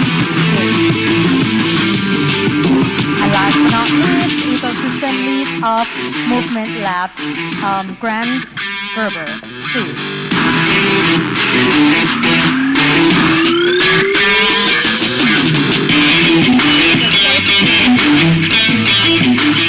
Thank you. And thanks all the guests come to our event today. Thank you for staying till this time. So, you know, we have the pump for the NFT in the last circle, and also we endure the judgment of the value of the NFT also. So, but still happy to see so many people that are in the Web3 world still interested in this topic. So welcome to our event again. So, and today, our topic is to be or not to be. I think it's very suitable for the NFT market at this moment. So yeah, so at the first part, I'd like to have all our speakers and panelists today to have a self-introduction. Please start from Sebastian. Yeah. Hello everyone, Sawadika. My name is Sébastien Morget. I'm the COO and co-founder of the Sandbox, as well as the president of the Blockchain Game Alliance. The Sandbox is a decentralized virtual world where anyone can become a creator and make 3D content, full games and experiences without any code and truly own them thanks to the use of blockchain and NFTs. We've grown to more than 6 million users this year and have over 400 major brands and partners. And as well, 1,500 games made by creators themselves and published on their virtual land. So really excited to keep pushing for adoption of Web3. Hello everyone, I'm Jasmine. I'm currently leading Dagora NFT Marketplace. Dagora NFT Marketplace is powered by 98, one of the blockchain powerhouse from Vietnam, and we have been building since 2017. So our mission is to, find a solution to scale the blockchain technologies, and also how to onboard and make Web3 accessible to everyone. And for our NFT marketplace, we also want to bridge the gap, to bridge between the creators and also the artists and the passionate fandom community. And hopefully this way can enable and to unleash the potential of NFT in the futures. Hi everyone, my name is Victor Zhang from Smart Token Labs, Smart Layer. I'm one of the co-founders. So we are transforming NFT from a static asset into interactive application, and we call it the TAP, Token as Application. So those types are cross-platform mini app. So basically it goes to where the NFT goes. User can bring it to wallet, use the functions there, bring it to marketplace, use the function there, or bring it to any website For example, recently we launched the T-Link extension. So now users is able to use social media like Twitter, Instagram as token distribution channel, and also provide some functions for other people to interact with their NFTs. So with our over 500,000 users and also our key partners like Mint Blockchain, so we are trying to make NFT more functional and more accessible. Thank you. Hey everyone, my name is Sean. I lead consumer crypto as part of BD and ecosystem efforts over at Mantle. Mantle is a scalable layer 2 built on modular architecture. We are EVM compatible, running an optimistic stack. And we are actually one of the first to conceptualize an alt DA rollup. We have been known more for DeFi, but we're definitely doubling down a lot more towards the end of the year and into 2025 on consumer applications. Hey everyone, Gmove. I'm Grant. I lead the ecosystem at Movement Labs. We are a upcoming layer 2 building on Ethereum that leverages the Move programming language and Move virtual machine to provide a very scalable, fast, and fun ecosystem for all of our users. Thank you. Okay, so the first question is like, how do you perceive the current market trends of NFT space? Yeah, maybe you can start from, anyone. Victor, maybe you can take it first. Sorry again, what is the question? Okay, so how do you perceive the market trends for now in the NFT space? Yeah, I think the speculation will always be there. The user didn't change, they're still the same user. But more and more people more focusing on utilities as well. So basically, if you launch an NFT project, it will be better come with some utilities. Either those traditional utilities like using it as a representation of an IP, or some more advanced utility like what we recently partnered with a few projects like doing NFT membership, NFT tickets, NFT-based physical product, e-commerce, or NFT character itself, or game NFT. The character itself is like a mini game. It can be used in a large game world. On the same time, itself can be played by itself. So I do see more and more demand on the real utility side. So for me, I think like, of course, like NFTs is always be a part of Web3 world. But like current stage, I think we are beyond the stage that everyone gets hype about the PFP collectibles or just like very, raw art artwork on Web3. So for now, current stage, I think we are in the stage that all the NFTs are shift to a phase that focus more on the utility, and it would be more diverse and utility based. So I see that a lot of projects they are trying to run beyond the community. So they are building the products, they are building the gens, then they also like provide more utility and find more scalability for the NFT project. So they also like I think there's a trend that's kind of interesting, like physical, like they put like physical products that are connected with the NFT. So now we have more use cases, and it's really connect to the daily utility, or it can be connected with all of the traditional brands. So we are in the stage that I think it would be more mature from the previous phase, and we will see more utility coming into the space, into the NFT space. Yes. So I definitely agree, like Jasmine and Victor, about like NFT gaining in utility. So let's look at a few sectors. First, in gaming, The biggest trend right now in gaming is around like one is anything related to Telegram network and Telegram mini apps, which are like driving a lot of traction, and like thanks to the very accessible wallet that's being integrated within the Telegram network, it boosts like network effect, and it makes like games can now reach millions of users and airdrop tokens and NFT to their user base in a snap. So that's an interesting trend to follow and see like how it will convert into long-term engagement and like more mature game over time.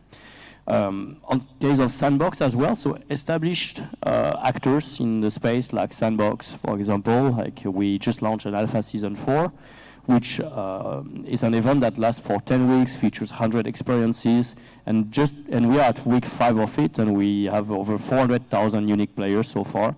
Players that are using their avatars, are using their alpha pass or equipment to like participate and engage into the event.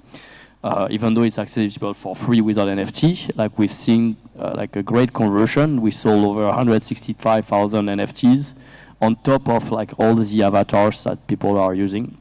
So great to see like Web3 gaming, not only Sandbox, but I'm thinking about Cross the Edges, I'm thinking about Pixels, I'm thinking about games like Shrapnel, etc. in general are definitely driving the adoption here and selling those digital assets. And then, like you were mentioning, like the rising trend around like real-world assets. So real-world asset can represent a very simple thing like physical tickets, merch, clothes, etc. But right now, they are mostly representing real estate and various collectibles like luxury car, luxury watch, and so on. And there's been a growing number of tokenization platforms for these, following like the regulations have been put in place in jurisdiction like Dubai with the VARA and so on, and that's leads to like a growing number of like building, houses, and other properties being now available on chain, as well as all sorts of assets like tokenized gold, tokenized diamonds, and so on that can be now more traded and exchanged for a certain category of users. So shows that overall the technology is being used more and more and more broadly adopted by different industry sectors. To be honest, I feel like in terms of market trends since the last cycle, it hasn't been that exciting. We've seen different kind of versions of NFTs, right? Like runes, inscriptions, you know, ordinals, and all of these is basically kind of like different forms of it. What has been interesting is the way I see it is turning illiquid assets more liquid. So touching a little bit on like tokenization of like real world assets, the way I see RWA is actually assets and activities. So you can tokenize a lot of that. Sometimes it makes sense, sometimes maybe it doesn't. So I'm going to push back a little bit. Like for example, for real world collectibles, there's real estate, there's like, you know, your physical trading cards. I feel like there's a lot of like trading card marketplace going around right now. There's Courtyard, there's like Unlocked, you know, then you have like stuff that builds downstream lending and so on and so forth, collateral after that. But I'm not sure if you guys have seen this like docu-series on Netflix. It's called like Golden, King of Collectibles. I think sometimes the fun or the value in it is the chase itself, right? If you look at people that has been chasing like physical trading card or like baseball bats, sports memorabilia, all these things are really hard to get. And they really like, you know, getting scouts, looking for the next potential seller, the next potential buyer, flying down from like across the city to meet the guy in person, right? And I think there's a lot of value in that. The reason why there's appreciation in value of these assets, because it's hard to kind of move these assets around. So what happens when you create a market where you bring so much liquidity to such illiquid assets? I think it still remains to be seen. If you move one step further, we have also seen, you know, different kind of NFT standards, right? We have like 6551, we have 4 more recently. They got a little bit of like a kind of like a wave as well, right? And it's about making these non-fungible assets, even on chain, even more liquid. I think we definitely need to see what would actually kind of reap the benefits of this in the longer run in terms of the end use case. But I would like to see more projects, you know, utilizing this kind of more kind of composable standards or more expandable in that sense? Because for 6551 and 404, there were a lot of talks about it and potential use cases, but I don't think we've seen a lot of projects actually utilizing that. I think I've honestly kind of forgotten the original question. But I think one of the things that we've seen over the past few years that's really been very important for NFT communities and NFT ecosystems that are growing is that people ultimately really just want to find a sense of belonging and a place where they can collectively accelerate and build new things with other people. I think one community that's like a true exemplar of that would be like the Miladies. It's very rare nowadays that anytime I enter a group chat, anytime I'm like working with another protocol that's building either on Movement or that's interested in building on Movement, that there is not like some Milady involvement with it. And so I think there's been this like, that is ultimately like what all of these communities are looking to achieve, is that like almost like world order status.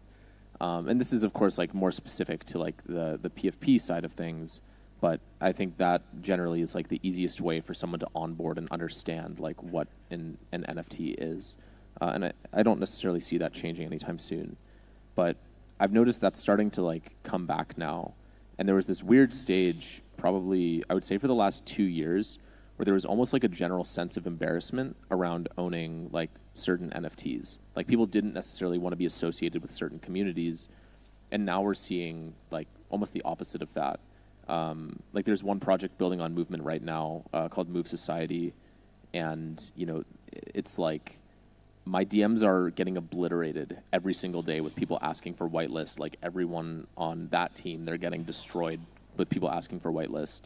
And we're seeing these like communities come back and people actually want to be part of something again. And I think, that really happens almost in parallel with market structures. So that's one thing that I think is, kind of cool coming back, that people really just want to be a part of something again. And they want to feel like they're at home in whatever it is they're doing. Okay, so maybe we can start from you for the next question, Grant. So what are the obstacles that hinder the business expansion in NFT space, you think? Okay, I'll speak for like the PFP side of things for this, because that's the one that I would say I understand and have like a much better grasp on than like the RWAs and like sort of collectible style items. I would say like individualist behavior of like extrinsic actors who come into a community. Let's say like someone picks up there's a new collection, everyone's really excited, someone gets one of those NFTs and just starts posting like egregious shit on Twitter. And that reflects poorly on the entire community. So I think like for communities, it's very important early on that they set like sort of agreed upon standards, obviously like not enforceable in any way, but there should be a collective understanding that like a rising tide does lift all ships, and people should be acting intrinsically when it comes to supporting each other, supporting the collection, supporting the community, and working within that community to like bring in more people that are part of what they truly believe in. So yeah, like working around extrinsic actors, like making sure that like everyone who's involved is like aligned in the mission, whatever that mission may be.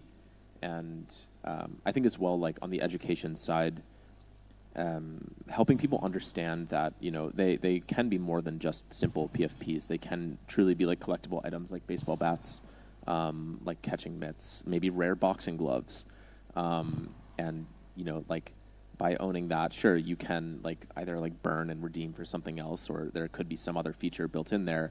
But like anyone that I've talked to outside of crypto, like there is, I would say, a significant hurdle in helping them understand kind of like that these features are available, that these are like real things that can happen.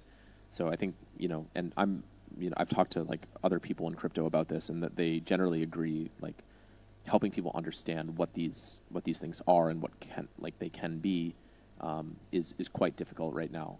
So we've spent the last like 3 years as an industry building out the infra, building out the tech, getting everything ready for this like very amazing new wave of consumer apps, NFTs, DeFi projects that are coming in, and now like we have to all help those projects like successfully onboard people on the education side and make sure that like as they're approaching this user base that has been very resistant, I would say, to onboarding to crypto. Obviously, like it's gotten better over the past few years.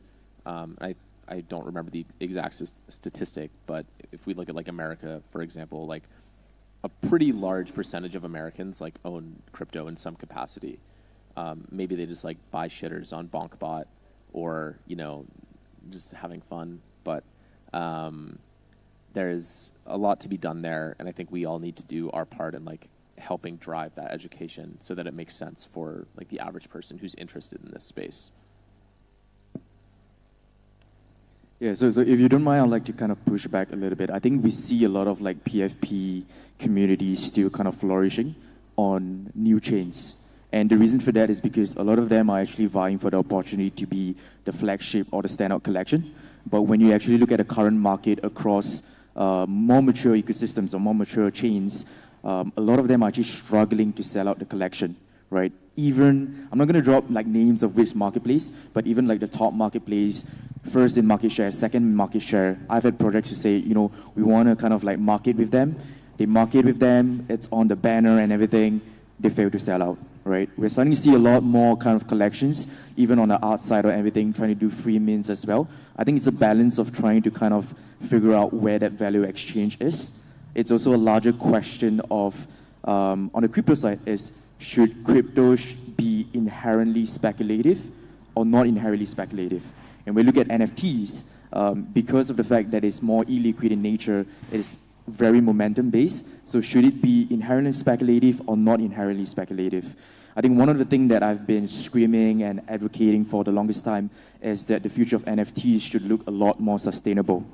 For that to happen, it has to follow somewhat of a higher for lower model, right? What I mean by higher for lower, it means high supply for lower price point assets. And that is where, as an IP or as a community, you're able to onboard the masses, right? When you're not talking about like it being exclusive or not being gated where, you're going to like pump the prices or anything, you're talking about lowering the barrier to entry and making it a very enjoyable experience for everyone, right? So it's about even, think about throw out the window what you guys know about like the minting mechanism of like supply, price, and everything. A lot of it is like, okay, maybe open edition or like there's a fixed window for it to mint.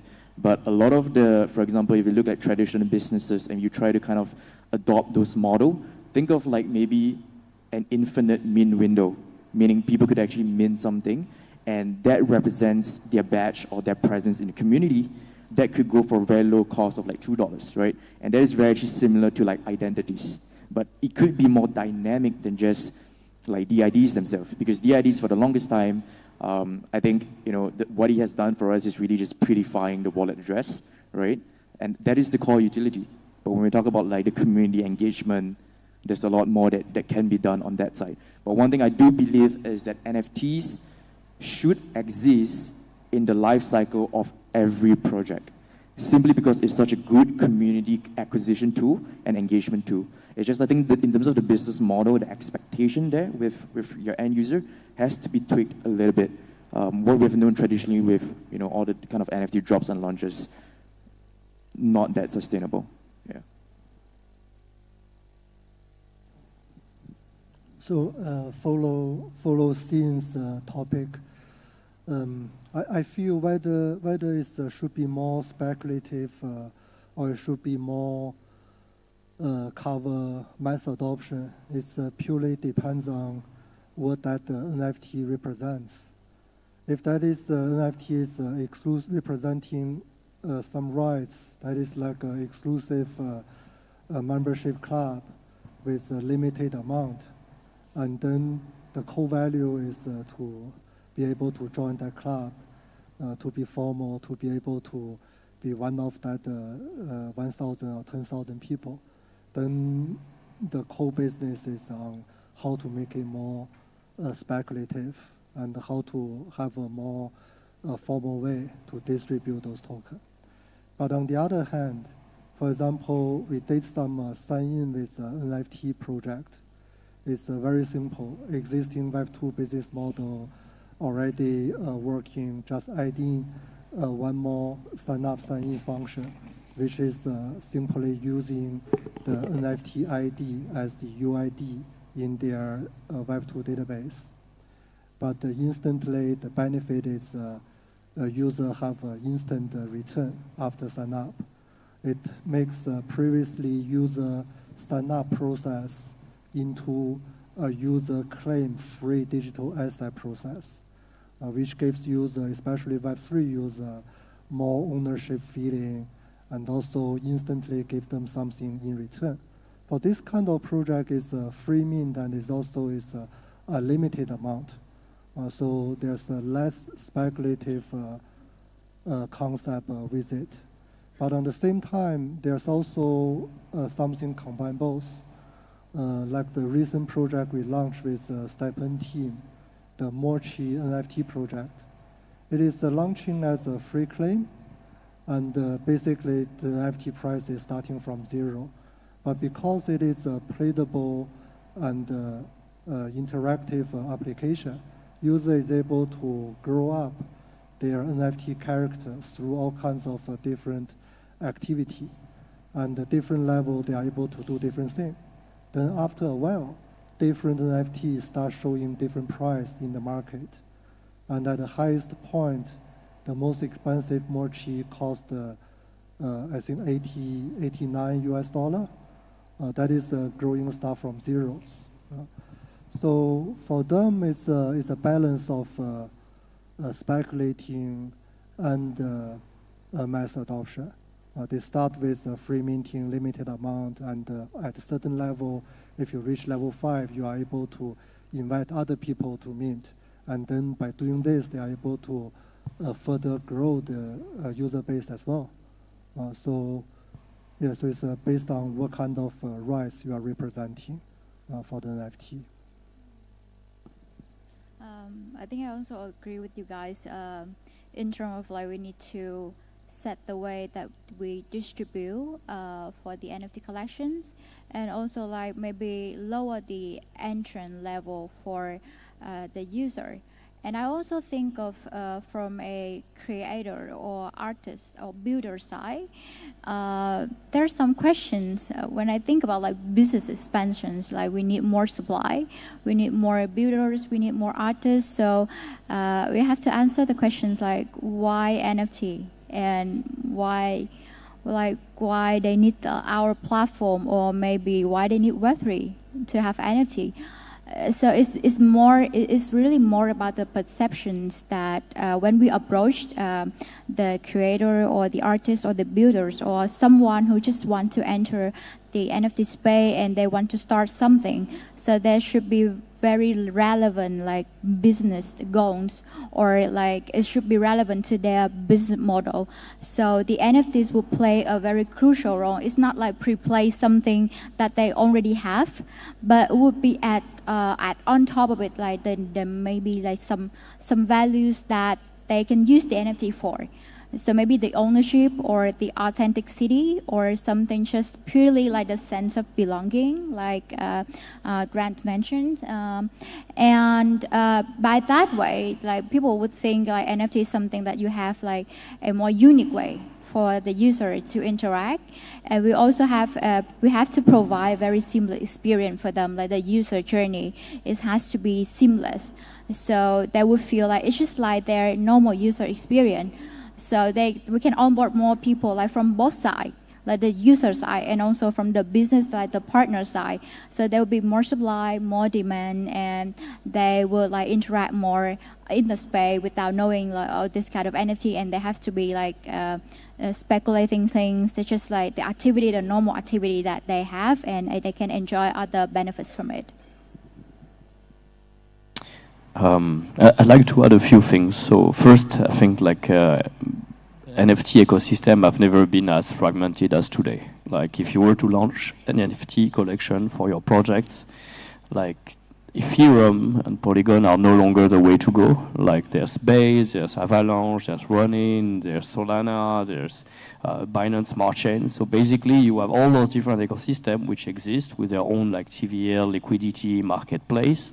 And they are fragmented because there's no, to my knowledge, no bridge that allows an owner of NFT on one of those chains to actually use them in other chains, etc. So instead of having the promised interoperability that decentralization brought, actually right now, like we have a lot of like siloed ecosystem and below communities that don't really communicate with each other. Like Solana don't talk with the Base and so on.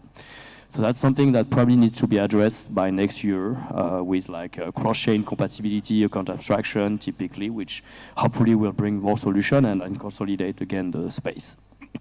The second thing about like the challenge around NFT right now is a business model. Like many NFT projects used to rely on like royalties as their way to like continuously drive revenue, basically earning a commission on like secondary trades. Today, like there's no more any marketplace that supports royalties to the detriment of the creators.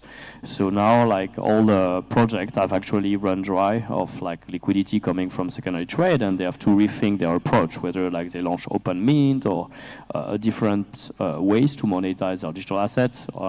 Some have been able to go through that time, and some actually are really struggling through that and like reinventing themselves or launching their own token instead to actually drive new liquidity and funding schemes. The other thing that changed is like definitely the discovery for like NFT used to be a tool for like discovery to drive gamers and guilds into the games and marketplaces like OpenSea as well. I think like it's no longer the case. Like people are on one side trading the NFT for maybe speculation or other reasons, and on the other, like games are trying to drive players, but the play to earn model has also shifted a lot. Like it rise in 2021, then it went dead, and then it's reborn using new approach, which is more like engagement driven, require much more participation, do not require an NFT to start playing.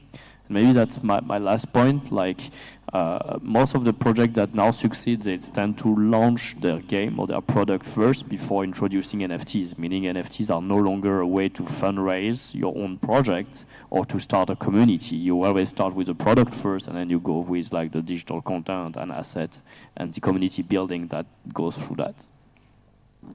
Thank you. And the next question is also for Sebastian. Okay, so we know like Sandbox as a key figure in the like NFT related platform. So what do you think is the essential elements for like a project to create like a very sustainable NFT or metaverse ecosystem? And how can those platforms like yours to ensure the long-time availability and growth of NFT within their ecosystem? Well, it's a good transition to what I was just saying before. Like, it's really important, and that's what we've done at Sandbox, to launch a product first and like get a core community of users hooked on the product or service before you're going to introduce the NFTs.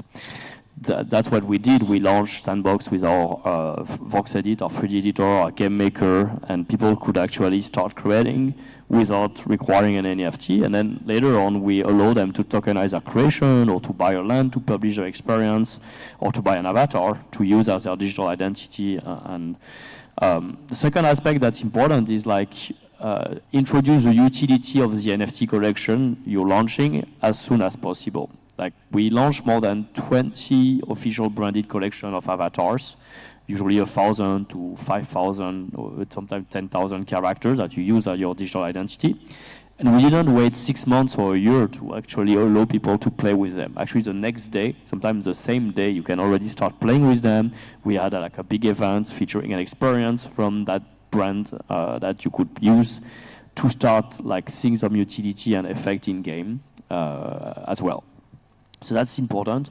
The other aspect, so what made the success of Sandbox? So basically the fact that we also combine brands and creators. So finding the right balance between like user-generated content on one side and the other side, like involving a way to drive an audience into your project. So in the case of Sandbox, most of the case is like brands in entertainment, But for any kind of game, like it could be a key partnership, don't just announce a partnership. Actually think through, okay, like, so what? So what does this mean, this partnership? What does it bring? What can the user from both platforms get from this partnership? What's the benefit from them right now? Because if you basically keep making announcements without anything relevant for them, it's something usable for them, you're actually going to burn the attention that your audience has into your project.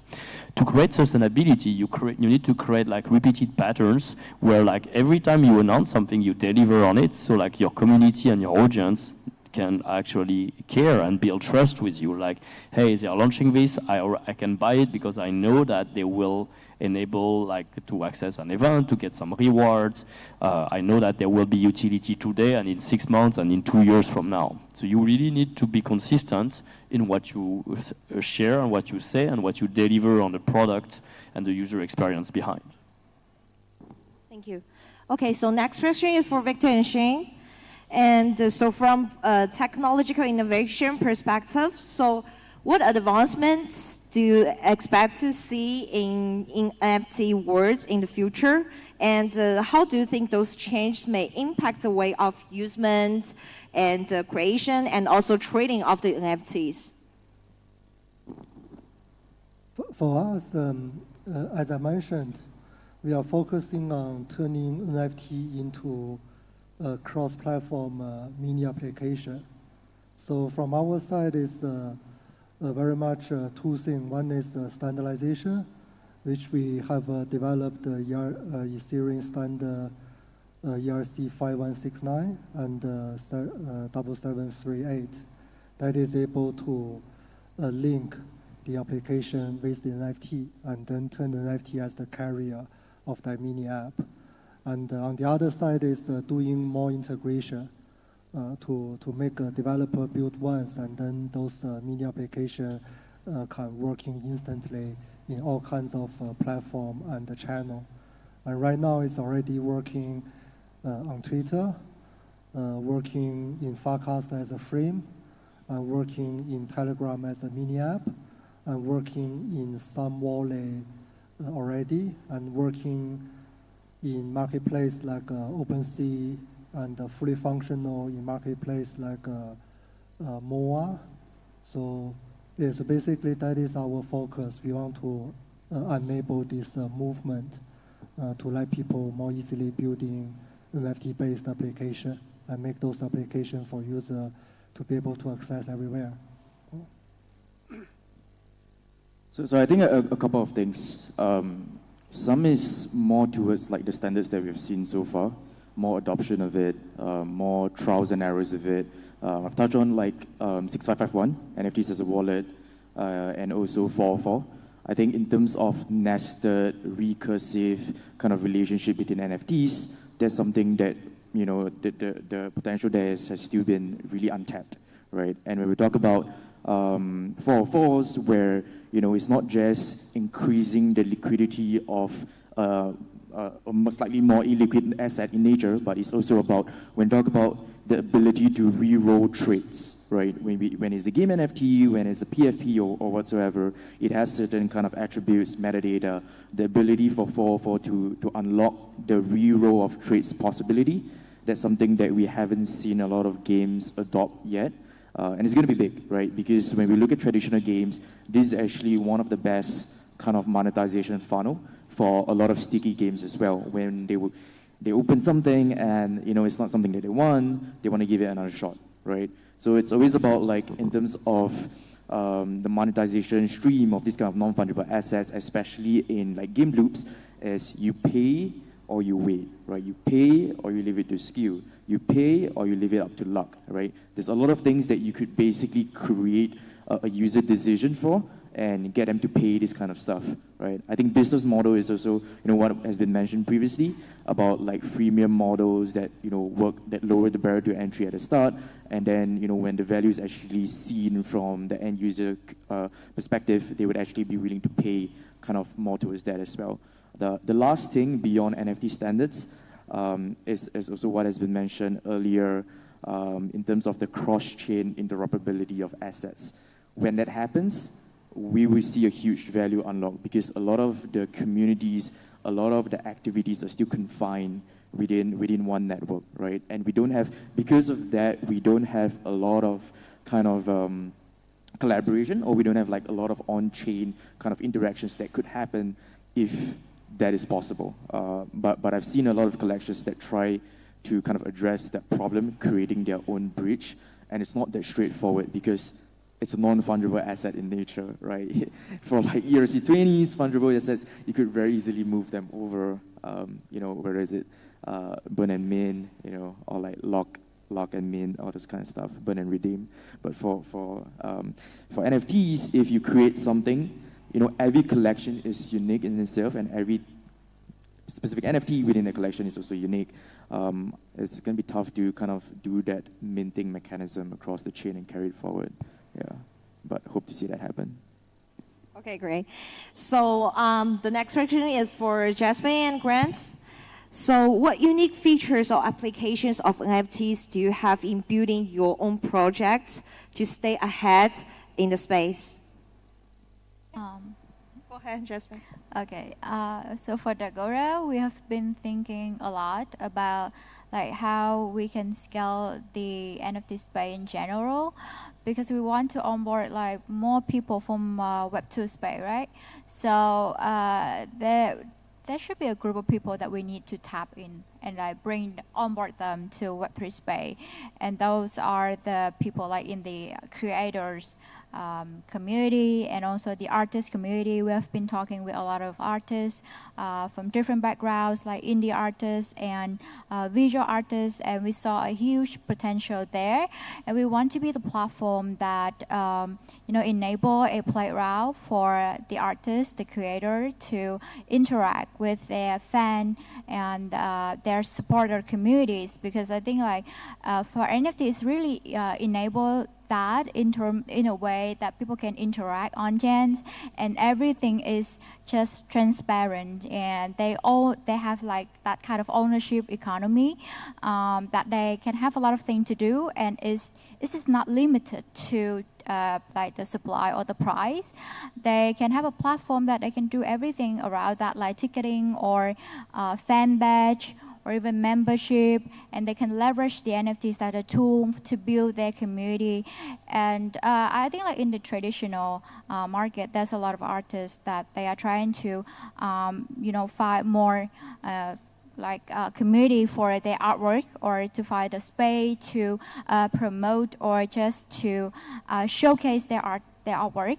So there's the Web3 space and the Agora. We want to be that platform by of course, like implementing some of the simple experience, like social login or NFT checkout, so that they can buy or sell, or they can just launch their NFT in a very simple way. And that's why we want to change the perception of the people from Web2 space coming to the Web3 space. So everything, so from there, we can, you know, onboard more people, just like what we wanted to do, like even in our ecosystem as a whole. So hopefully, like in the future, we have like, you know, more utility and also like more community from the Web2 space. I think generally one thing that projects have been looking more and more at doing is building out like composability with between like their project and other applications. There's a lot of sentiment that I've seen that these new projects are seeing, that like people don't want to just like buy and have a single NFT that sits in a wallet and they can go like, yo, check out this fucking cat I got. They want to see something that they can actually use, and that they can like, that acts as like a unlock to other applications, other features of an ecosystem, certain communities. And I think you were saying earlier, like a lot of things, is crypto inherently like speculative or not speculative? And I think in a slightly unfortunate way, it is inherently speculative, just by virtue of, you know, what it is. And so people like want to have these, they have this like expectation of things it will do for them.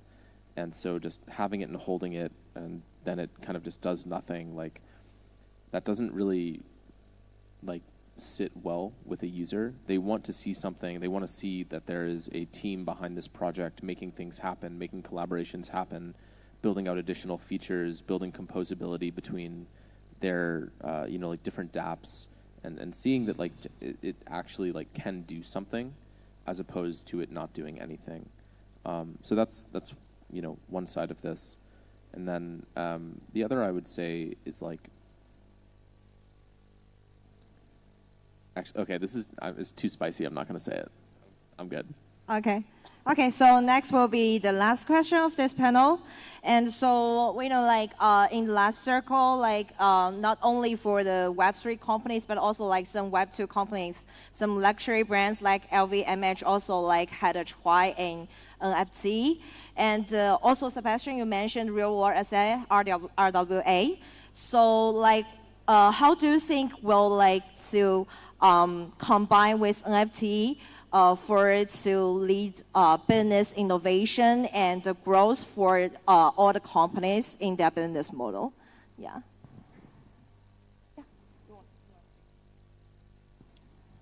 Yeah. So at Sandbox, we already had like a few like luxury brand, fashion brand that entered and like launched experiences and NFTs like Gucci, Charles & Keith, Lacoste. One that's coming in the season 4 is Guerlain, which is part of the LVMH group. So the LVMH group owns like a big plot of land in Sandbox too. I think they're all, generally speaking, exploring like how like they can leverage Web3 for loyalty and engagement, first of all, and two, like how they can reach new audience and global audience that not yet be coming to like their brick and mortar shop to check out the product and buy, and still deliver like share about like culture, educate about the value of those brands, and like allow eventually to turn those users into potential customers. The second reason like why they're exploring like Web3 and platform like Sandbox is like typically every flagship store that they open, it costs close to $1 million actually, because they are like amazing installation, but like you can only open like a few in major cities around the world at the same time. And so how do you keep reaching to like global audiences to go and check? Like virtual world is a very simple solution where you can deploy easily at a fraction of that cost and still deliver the same value, etc. They also explore around like digital fashion and so on. LVMH, they have like the Aura blockchain, which they've been using for various cases, as far as I'm aware, like for like the proof of provenance, the authenticity, the ability to track on the production and logistics side, like the whole history of the product until like the delivery to the end user. So we usually have this phygital, like whenever you buy a product in store, it just comes with a label, you scan the label, and then you can have like some of like the warranty of the product. And sometimes they made activation to enable like a digital twin of that product that you could use into certain platform or certain games. I don't think it really converts well. From what I heard, like 10 to 20% of user maximum actually are doing that. So they still need to figure out like other ways to use and leverage the blockchain and the NFT more specifically. I think like loyalty and engagement is definitely one. Like when they reward users who like spend a certain amount. LVMH, they launched a program though, which I'm a member of actually. Like so they made a special drop which started with this white luxury case, and once you buy it, you become a member and you have access to further and further drop of exclusive products. It's interesting if you're really a fan of the brand and you want to have access to exclusive collaboration and physical products, but they haven't communicated yet on like how successful it has been. So I guess it's still like into an experimentation phase. To be honest, I think it's really open for all of the brands, like not just luxury brands, to do something with NFTs. Most of the things I've seen in the space, like for the brands that they are, trying to like using the NFTs, is mostly for the marketing or maybe for membership as I see. So now it's like the experiment time for every brand, like to figure out what kind of things that they want to attach to the NFT collection, or like where they want to put the NFT in their whole process of like maybe in the whole like go-to-market strategy for their product, like for the products that have the QR code, and then they can scan it for to all the digital assets or digital versions of the products, or like in the customer support phase where they can have like membership or loyalty. But it's really depends on their strategies, like what they want to build on top of that. Like I would say, like we don't need to replace what they already have, as I mentioned. They just need to add the very relevant value, like the participatory value of maybe the customer. They can receive something like purchasing certificate, so that they can classify their user base. So that would be more important. And then like what they do after that, like using the NFTs, and then the customer, they actually receive something. And they find that they really love the brand, and they love what the brand is doing with the NFT. So I think that's the goal. I think that all the brands, they should like focus on, and then like to find a way to play around the NFTs. For those well-established business, like a brands or existing Web2 platform, Web2 business, to do tokenization either using NFT or fungible token, there are certain benefits. But from our past experience, we work with many large brands since 2017. But most of the thing is they did some experiment and then they put it away. The key thing we notice is although all those experiments have certain benefits, but those benefits cannot justify the cost of transforming their whole system into like a Web3 system. And for their user, it's the same. There are benefits for user for sure, but are those benefits big enough to really convince those existing Web2 users to change their user behavior to use this new experience? From our past experience, the answer is no. So now if we work with brand, we set their expectation. We basically give them the right expectation. For now, this thing is not revolute your whole system or revolute your whole business flow, new business model. For now, simply just treat it as a new way to onboarding some user you are not able to touch before, which is basically use this tokenization as a way to targeting existing crypto user. Those users are not covered by your existing channels, by your existing platform. By using NFT or using token, you have a chance to onboarding this new type of user.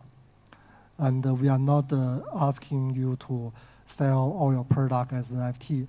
Maybe just 1%. Just use that to targeting crypto user.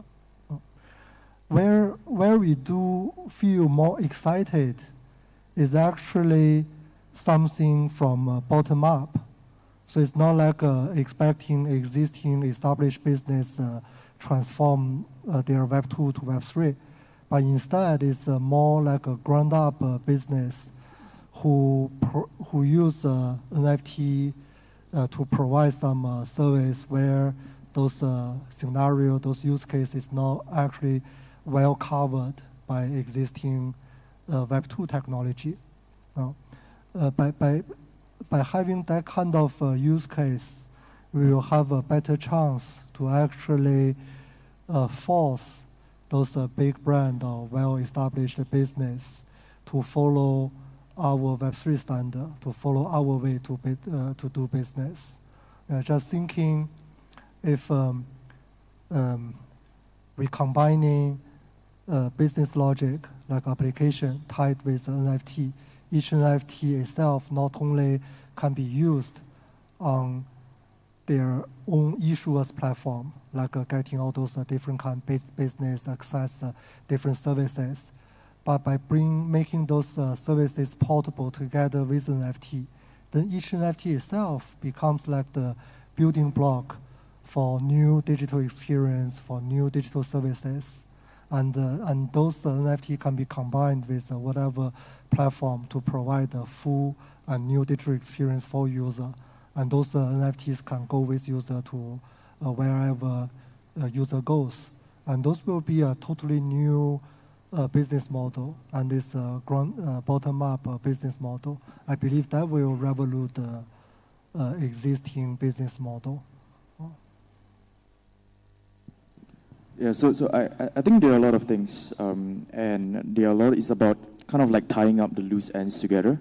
So what we have seen so far when we look at kind of Web2 big brands or household names kind of utilizing NFTs, what happens is that actually a lot of them don't exactly know why they're using NFTs or why they're using blockchain, right? And it has to come from an educational point of view for people that are already savvy enough to kind of have the talk with them, convince them. And once they're convinced, it's also about those brands educating their consumers as well. Because it's not a good look if they are doing something on a blockchain or they're doing something with NFTs and their customers are asking, oh, why are you selling or launching an NFT drop? And then it's just like, just because. And then you get, the knee-jerk reaction from the community and your loyal customers being like, boo, that's a cash grab, right? We're not going to engage with this. We're probably, this brand is getting a little bit iffy, right? So it's about that. It's about the educational angle, knowing why exactly you're using the NFTs. That goes to the utility point of view as well.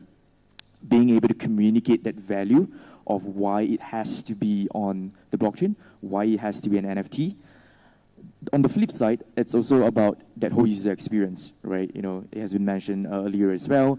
When you actually have that whole user experience for the users, it's the whole kind of, on-off ramp to purchasing the NFT, all the terminology used, all the experience. Do people have to jump through many hoops, right? Is that abstracted away? And it's about, when consumers, they're already so used to a certain thing, and it could be done without the blockchain, but the blockchain has maybe an added small benefit. It's not like, oh, it's, it's going to be like a revolutionary, right? Then consumers would then justify in their head, is it worth me downloading a new app, creating an account, depositing funds, yada, yada, yada, to get this NFT that I don't know what the benefits of it is for, right? At the end of the day, if it's like, okay, loyalty, long-term kind of engagement between the brand and the customer, then I think that has to be communicated very, very clearly as well. And it's about their whole user experience. So it's really tying all of this together. But I do see a huge potential for brands because of co-IP and co-creation. Right. I mean, we've all seen the news of Story Protocol, but I think when it comes to brands, even without blockchain or crypto, we're starting to see a new wave of co-IP where you have anime characters on high-end luxury fashion apparel, partnering with watches, partnering with even automobiles, and this is what people are consuming nowadays, right? And that also touches the point of, when you actually allow that to happen, do you open up the gates to balancing PGC and UGC and the derivatives that come out of it, right? So that's the wrap up basically. I think for brands, it needs to be something that actually makes sense for their business. And I think Jasmine touched on this as well, and I very much agree with everything you said. That generally, if a brand is going to do an NFT project, it needs to actually be meaningful and impactful to their existing customer base. I think one of the worst things a business can do in general is just doing something for the sake of doing it, and not going full tilt into a proper strategy around executing something, to actually make it successful. The last cycle, or not last cycle, but in 2021 we saw a lot of brands that were like, "Wag me, guys, let's go," and they went down the NFT rabbit hole, and effectively nothing came of that. If anything, it developed more bearish sentiment from crypto, which led to a rejection of those brands. And the brands were like, well, fuck you guys. We won't do anything in this industry now. So it's you're almost playing like tug of war between the existing crypto community and new communities who could like have fun and explore this tech, because like there wasn't really anything like meaningful or like very impactful that they were doing at the time.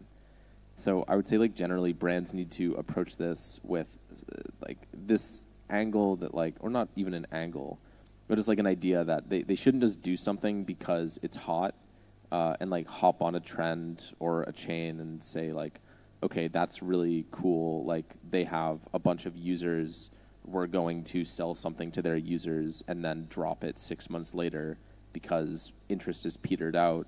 Like you want to make it like actually a long-term engagement. You as a brand should be doing something to benefit people over a very long time horizon that you think will lead to their growth as people, their betterment of their experience as a consumer of whatever your product is, whether it's watches, cars, clothes, luxury goods come to mind first, because I think that's like the clearest use case, with like proof of ownership, NFTs, or like transfer histories, you know, like who owned what watch and when, stuff like that. But those aren't even necessarily like hyper compelling for users. Like if you were to do that for like a car, for example, maybe like when Porsche puts out like a new model of a 911, there's only 73 of them spec'd with like a certain exterior paint, interior leather, like Alcantara combo or something like that, and you want to know like what the history of that car is, like that won't actually be valuable for 30 years until that car actually achieves collector status in like a post you know, combustion engine world. So you, and coming back to like what I said earlier around education, like you as a business need to understand like how to actually educate someone on one, like why this tech would benefit them, why they should actually care about it, and two, like how it's going to benefit them, you know, 10 years from now. Of course, like depending on the product and depending on what it is you're doing. But I think generally, yeah, like don't just do something for the sake of doing it. You should do something with like very specific intent and like a very meaningful plan of execution. Don't just try to like, as a brand, come into like the world of crypto and milk users that have spent their lives, you know, in this era. Like do something to support them and they'll do something to support you. Okay, thank you all of our panelists for participating and sharing your ideas about NFT. And also thank for your listening. All right, so thank you very much. Big round of applause for this fantastic session. So do you all know? Thank you for your experience.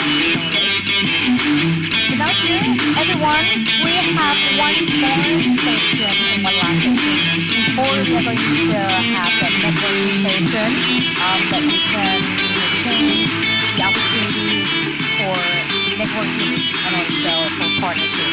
But now here, let's continue to panel discussion 3 in the topic of exit or entry during on future of tokenomics of NFT. It's going to be another amazing section.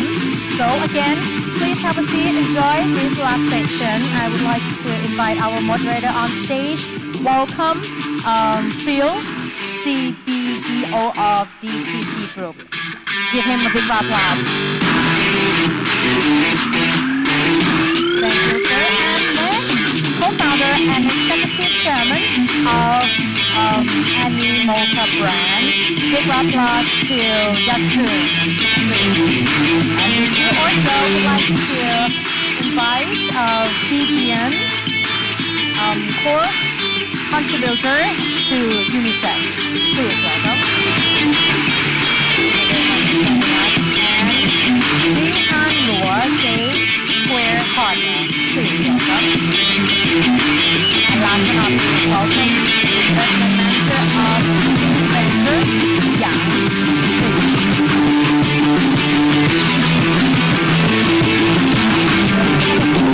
Please. everybody. Thank you to our guests who took the time. We all know time is the most valuable good in the space, and it makes me proud to see a few familiar faces, a few new faces, but a lot of interested individuals into the topic of NFTs. Today, we're going to talk mainly about exit or entry. So as a first question, I want to know from you about the growth path of NFTs. Do you think we are in a phase of stabilization or even decline after the boom? And as a general question, how bullish are you on NFTs right now? I guess I can start. Yeah, my name is Yat. I own Unmocha Brands. We're super bullish on NFTs. And the main reason we're bullish on NFTs is really that we think of, long-term NFTs as the sort of ultimate cultural capital that you want in our space. So it's important from our lens to think of that Web3 is a new capital class. It is not an incumbent capital class that made money and then, came into Web3.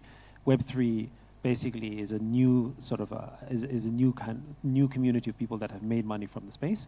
And how do they distinguish themselves in terms of their Veblen goods? Those are NFTs, right? In the same way that, let's call it my parents' generation might be Gucci bags or Hermes bags or whatever. These are all different type of status goods that have emerged. The other thing I will also point out is that in many ways, we think of NFTs and meme coins as exactly the same meta, but just in different eras. So when you look at sort of the classic example of economic capital, social capital, symbolic capital, and cultural capital, actually meme coins and NFTs play in the same area, except NFTs are more cultural and meme coins are more economic. So the example I would give is, what's the difference between having 10 million meme coins and 20 million meme coins? Economically, maybe a lot, but reputationally, no longer a difference, right? If you're called a millionaire, does it matter if you're 1 millionaire or 3 millionaire or 5 millionaire? You're still a millionaire. Maybe if you're a billionaire, it's a difference, right? But within the million range, you're within that. And that's why people start buying cars or moving to nice houses or having great holidays as a way to distinguish themselves within their social status, within their social capital. So we think the same will happen. And the final point I'll make is this. NFTs started issuing their own meme coins effectively, right? That was the meta of 21-22. And now meme coins are issuing their own NFTs for the same reason. So they're all kind of coalescing together in the same pool. We think of them as the same market. Yeah, thank you for that. So I'm Vivian from Unisat. I'm actually not supposed to be on this panel, but I missed my panel, and so PANews has very kindly put me on this. But I'm obviously not an investor. Unisat is a Bitcoin infrastructure provider, so we might not be the best position to answer these questions, but I'm going to try my best to share my thoughts. So I think definitely still bullish as NFT infrastructure providers in the Bitcoin space. I think the infrastructure providers we have seen in Bitcoin, we have been the main drivers for a lot of growth in the space. I think it's kind of like the infrastructure came first, and then a lot of the communities who are born out of like meme coin communities or like, artists and creators, and then they came into the Bitcoin space, and then they are the ones that really drove the ordinals adoption in the Bitcoin space. And I think it's definitely bullish because we see how the Bitcoin ecosystem right now is shaped by these ordinals communities and their culture. They are kind of like the foundation of the ecosystem now. And this group of players, they are definitely, I would say they are definitely long-term holders, and they are here for the whole ride, instead of users kind of just switch from ecosystem to ecosystem, like airdrop farming and things like that. I think these people are here because they really enjoy the ordinals NFT culture in Bitcoin. And with these people in the ecosystem, I think we have a really good prospect for long-term growth in the ecosystem. And the other thing I want to mention as well is that I think we have seen some crazy action from ordinals NFTs in like the past few months. I wouldn't say past few months, but like since last year. There was like the BRC20 wave, and then there was the ordinals NFT waves with like some of the top collections like Note Monkeys, Puppets hitting like ridiculous prices. And I think we are kind of in a consolidation phase right now, I would say. But actually, I think that's quite healthy from my personal perspective, I think that's quite healthy for the ecosystem to be in this phase. So that people are not just like FOMOing for no reason and entering at really ridiculous prices. But I think now, in consolidation phase, there are more builders who are building out the infrastructure. There are people who are thinking more about, okay, now that the hype is gone, what about the use cases? What are some actual use cases for Ordinals NFTs? So I think we are in a good position now, and I think with Bitcoin at all-time high, I think we're going to see some more waves coming, hopefully. Thank you. Thank you. So so definitely I'm bullish on NFTs. I mean, there's a different form of NFTs, right? So I think Yasu and Vivian just described it's like more on the collectible, the cultural changes of NFTs, but we also need to remember there's another part of NFT which is called what we call utility NFTs, or which is not obvious to investors, but it will have a lot of actual use cases, whether in the financial tools or whether in the RWA areas. That those NFTs may not have speculation values, but there's actual use cases in, for example, in the lending market or in the RWA sites, right? So these are the different type of NFTs, and we do need those things to make this a more complete picture of the whole NFT industry. I mean, NFT is like a set of standards. It's never say NFT can only be cultural or can only be in-game assets. It can be used in everything.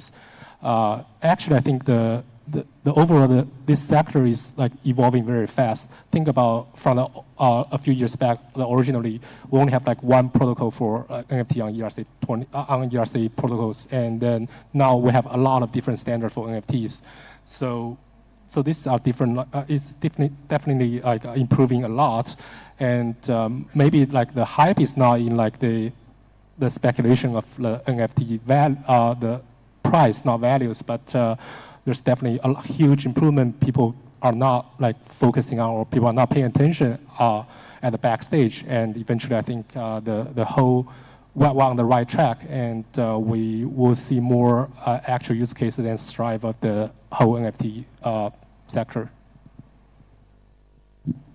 So hey guys, I'm Yang. So when we talk about NFT, I guess 2 years ago, so the first thing coming out in my mind could be OpenSea, right, or Azuki, or app. But for now, since the booming of the infrastructure, and we see a lot of things going on recently, in this year, right? We see the Pandora, we see the rooms, and we see a lot of things happening, and also Bitcoin is going to the all-time high, and the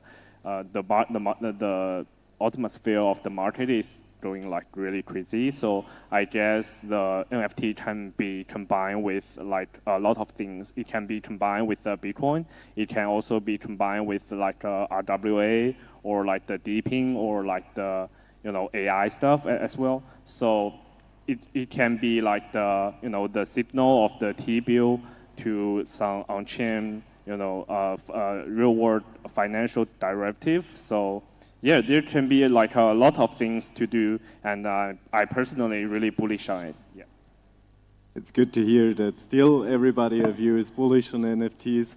Looking forward to explore more, and the next question I will have is regarding the topic of investment. So I would ask you, Yang, to start this round. From an investment standpoint, what are the promising areas within the future economics of NFTs that you're currently eyeing? And as an additional question, what are the key indicators or trends that you look for when considering an opportunity in investing into an NFT project? I think there are two promising ways to do it, right? The consuming side and the infrastructure side. So for the consuming side, NFT is a really good tool to maintain and attract more users to join into the community, right? And for the infra side as well, it can be combining with, just like I said, other stuff, and if we trying to invest those NFT with combining with RWA, we're always looking to to value the RWA, not the NFT anymore. So there's kind of like two different aspects to value if we are going to see it's like a really bullish project or not. Yeah, so from my perspective, there's a lot of different ways you can like invest in like the NFT space, right? Of course, one of the most obvious one will be like the traditional like cultural NFTs or meme coin type of NFTs, right? Collectibles. That's always there are always going to be new projects, just like a piece of art. There's always a market for that, and people are looking for arts forever. That's like from like thousands of years from the human history, and that's very obvious part. And there's also some not so obvious part for the NFT sector, which I mentioned is like the potential NFT use cases in the financial industries, right? For example, like the credit certificates can be a form of NFTs. So the NFT can be like really a useful tools in like RWA in financial industries. So this NFT, will that have actual value? Probably not. But like the service provider for those NFTs is definitely like going to be valuable. Just think about like in the traditional like SaaS model, I think that's a potential so-called issuer of the NFT that's served like the actual real world use cases can be really valuable.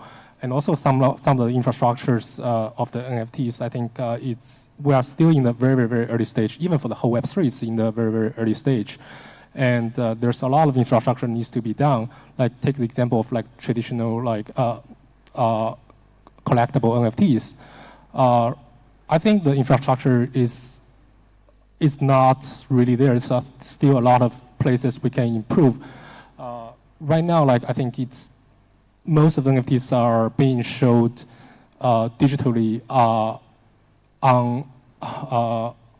in the internet, right? So where's the actual like presentation of the NFTs? It can be your like social media like headshot, it can be wallet sitting there to hold for like financial values. But look at like this conference room. There's a lot of places potentially can like present different form of NFTs. I think those infrastructure are not there yet, and it will be involved together with real world involvement, because we are going to see more and more like presentations in different formats. Like we'll have more screens. We have screens everywhere right now. Like we have TVs, we have like screens on fridge, we have screens in your cars. So those can be like different places, like those at least collectible NFTs can be shown. Think about like your home right now.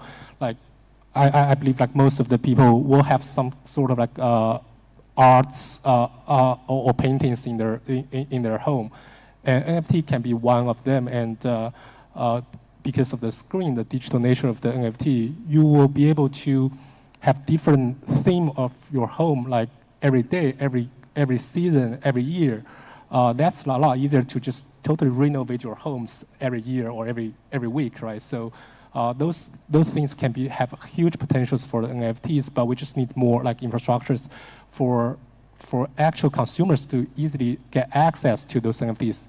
And I don't think like the issuing of the NFTs is super difficult right now, like with all the contribution from our industries. Like for developers, it's relatively easy. But for consumers, it's still a large barrier for consumers to get access to the NFTs. Think about if you're not like in the crypto community, like how are you going to get NFTs? Like it's still really hard. But so from the investment perspective, anything that can help to help the end consumers to get easier access to NFTs and to present their NFTs to their friends, to their communities, I think those are the really interesting area, like can be invest a lot more. Thank you. Yeah, I think personally, in terms of investing in NFTs, I'm looking more at art NFTs or meme coin NFTs than utility NFTs, at least for this cycle. I think that I think that there's definitely, I think we all notice that there's a trend of like NFTs moving towards the meme coin direction, or sometimes, you know, like actually it's like mixing, like what said, that you know, you see like meme coin communities actually launching NFTs now, and I see a lot of NFTs being included in list of like meme coins to watch. So I think a lot of people are actually considering, you know, these NFT collections to actually be meme coins. So some things that I would look at, I think, in terms of thinking it as a meme coin is that, do I see a cult forming? Do I see the cult culture? Do I see the message? And I mean, is it strong? Are these people that I want to vibe with in the community? Are these people still building when the market is down, when the price is down? I think those are strong signs to look for in terms of like investing in NFTs. And also I think that, so generally I would think that I look more at community activity rather than just statistics of like trading and trading volumes and things like that. And I think the other point is that I think it's also important to look at, like, prior to the distribution of NFT, like to look at some basic, things about like the team, and also the collection size, the mint price, and I think one really important factor would be how the waitlist is distributed. So the distribution channels and how the distribution is done. Are they getting the right people for this collection? Are they getting the right people, the right KOLs to distribute this NFT? Are they getting the right people to advocate for it? And are these people continuing to advocate for it even after the launch? So these are things that I would look for. And I would say that in the Bitcoin space, is something I've observed is that there is this unique inclination towards like more artistic and creative NFTs. I would say more so than in like Ethereum, like EVM ecosystems. I think that even if you're a very niche, a very like indie kind of artist, but then like you create something interesting, and then you go to like the Twitter Spaces and you like share people like your story, how you're creating all of these, and you share the artwork, and if people like it, people are gonna buy into it. And so I think there is that like very unique market in the Bitcoin space where people kind of care less about whether their bags are gonna pump, and care more about like the artistic value of the NFTs. So I think, and sometimes those collections, those like undervalued, those like collections that go unnoticed until their launch, can sometimes pump really high. I think those are collections I should look out for as well. Yeah. So at Animoca, we have done over 540 investments, of which half of them are basically related to NFTs in some form or the other. But I think there's two distinctions. First, just high level. One, are you investing in the company that is utilizing the NFTs or creating them, or are you actually investing in the NFTs themselves? Because there are two categories. And when we think about investing, sometimes we do both, but when you look at investing in the NFT itself, we try to measure the network effect inherent, or the potential for the network effect. In crypto terms, you might say community, right? But what is community, right? How do you measure the strength of a network inside a community? Is it how many Twitter followers they have? Is it how much activity they have?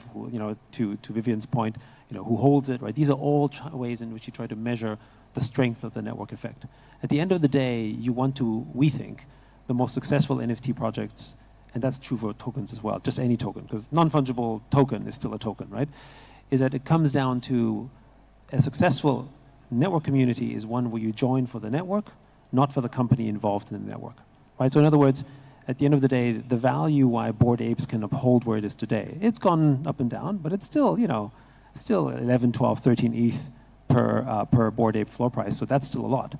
Are you buying it because of Yuga Labs, or are you buying it because there's other people who have Bored Apes and you want to be part of that community?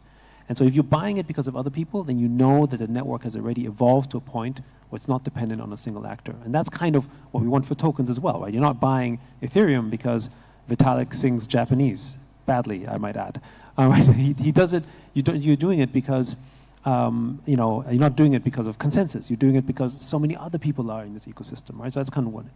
Whereas for companies, it's typically we look at how do you leverage NFTs, like for instance in gaming, how do you leverage NFTs to derive value from it as an activity? That's when owning the equity might make sense, right? For instance, not just as a sales avenue, which is not typically the only way to do it, but it's also, do you get the trade revenue? Are you able to grow community from it? Does your game become more popular because of NFTs? Which is why sometimes when you drop NFTs, the most successful ones are not the ones that sold for a high price. In fact, they're the ones who are given away mostly to real actors and as an incentive mechanism so that they would play the game more and you generate revenues from that, right? So those are the distinctions. But I would say I would want to point out two other areas of NFTs, and there's many more, that they're very diverse, right? So for instance, when you look at NFTs as containers of value, for instance, teachers at Open Campus are embedding their intellectual property rights in the form of an NFT that they can then sell on to someone else because the asset might make, let's call it $10 a year for teaching content. Well, in the traditional world, capital asset appreciation was only possible by protecting it legally. But the cost of legal protection is very high. So you can't actually protect your intellectual property that way. But when you are protecting intellectual property, you can now turn it into a capital asset. That's why music works, for instance, right? If music didn't have IP protection, there would be no music industry. There would be no Taylor Swift, no BTS, none of that would happen. But it has to make at least hundreds of thousands of dollars to be worthwhile, which means that if it makes less than that, it can't be capitalized. So when you take a piece of content, whether it's dance moves, music, whether it's art, for instance, whatever, and you can now have ownership of that intellectual property and to create a yield, you can sell on that yield for 5 or 10 or 20x, depending whatever the market will bear, which means you capitalize it. And that's the beginning of wealth creation, right? So that's kind of one area that's really interesting and developing and may become more mainstream. And the second thing is, of course, the way we think of NFTs also, you can think of them as like digital identity. So we think of NFTs also in the context of soul-bound NFTs that essentially have digital identity tied to your wallet as a way to build reputation. And again, it's not really the utility in terms of, can I trade the NFT? In this case, the NFT is a container of your identity that can be stored in a non-fungible manner because we are not all the same, right? So there's many ways that you can basically evolve that. And I think we've just scratched the surface on the potential of what NFTs can do. I tend to agree here. I think we're just doing our baby steps as an industry. We have a long way to go, and I'd love to hear all the insights from your personal investing journey and how you evaluate your NFT investments. If I may start with you again, the next round of questions. How do you think the future economics of NFTs will drive innovation or improvement for our industry? And also, what role will NFTs play in reshaping the economic models within this industry? Okay, so first, I think when it comes to token models, I don't think that any non-fungible tokens, or let's call it fungible tokens, are distinguishable in terms of them being values of network effects. So fundamentally, when you buy any token or own any token, whether it's an NFT or whether it's a fungible token, we think of trying to measure the value of the network it represents, right? But the value of the network they represent in NFTs often look very different from fungible tokens because they tend to be much more symbolic and cultural and sometimes social. So when you look at meme coins, we think of them as very economic, very, very economic, and somewhat social and a little bit cultural. When you look at NFTs, we think of them as very cultural, generally speaking, much more symbolic, almost like a university degree, right? In some ways, like if you hold a Bored Ape, then there's a kind of status involved, right? Or of course social as well. But the social bond that you have with NFTs can be tighter because it's the example is because of its non-fungible nature, when you sell an NFT, notice how the community often apologizes. If someone sells an NFT, oh, my grandma needed some medical support, I have to send my children to school. They literally are prostrating on the floor, begging for forgiveness from their community when they sell their NFTs because it feels like a betrayal. It's almost like leaving the country. But when people sell tokens, it's different. When people sell fungible tokens, it's like, good for you, you made profit, whatever. I'm not saying that doesn't happen with NFTs, but the bond is tighter. And that's precisely because of its non-fungible nature, because it's tied to your identity. Right? So many people use NFTs, even in the real world, when you own a painting, a famous painting, or a piece of art, or maybe even the place you live in, your identity becomes attached to that. Its economic nature isn't as strong as it is with regular tokens. Right? So I think the economic model, therefore, changes one that's much more culturally focused. And the way why we like NFTs is because we think culture is the deepest economic sink of any economy. So in crypto terms, I would say, culture is the deepest TVL of any economy. It's what you spend money on, and you don't necessarily sell it, right? For instance, I can never sell my Bored Ape unless I want to abandon the community, for instance, right? And in turn might receive the wrath of that community back, as an example, right? And that's kind of the cycle when you start getting invested in it, because when you invest in a community, they invest back in you, it becomes a relationship that is much deeper. The networks we think are stronger with NFTs, but we're early stage. We shouldn't forget most of the reason why people get into Web3 is for economic purpose. We're in that cycle right now. But once people start making money, then they want to distinguish themselves culturally, socially, symbolically, and we think that's where NFTs come into play, as it has with cultural assets in the physical world. Fully understood. Thank you. Thank you. Vivian.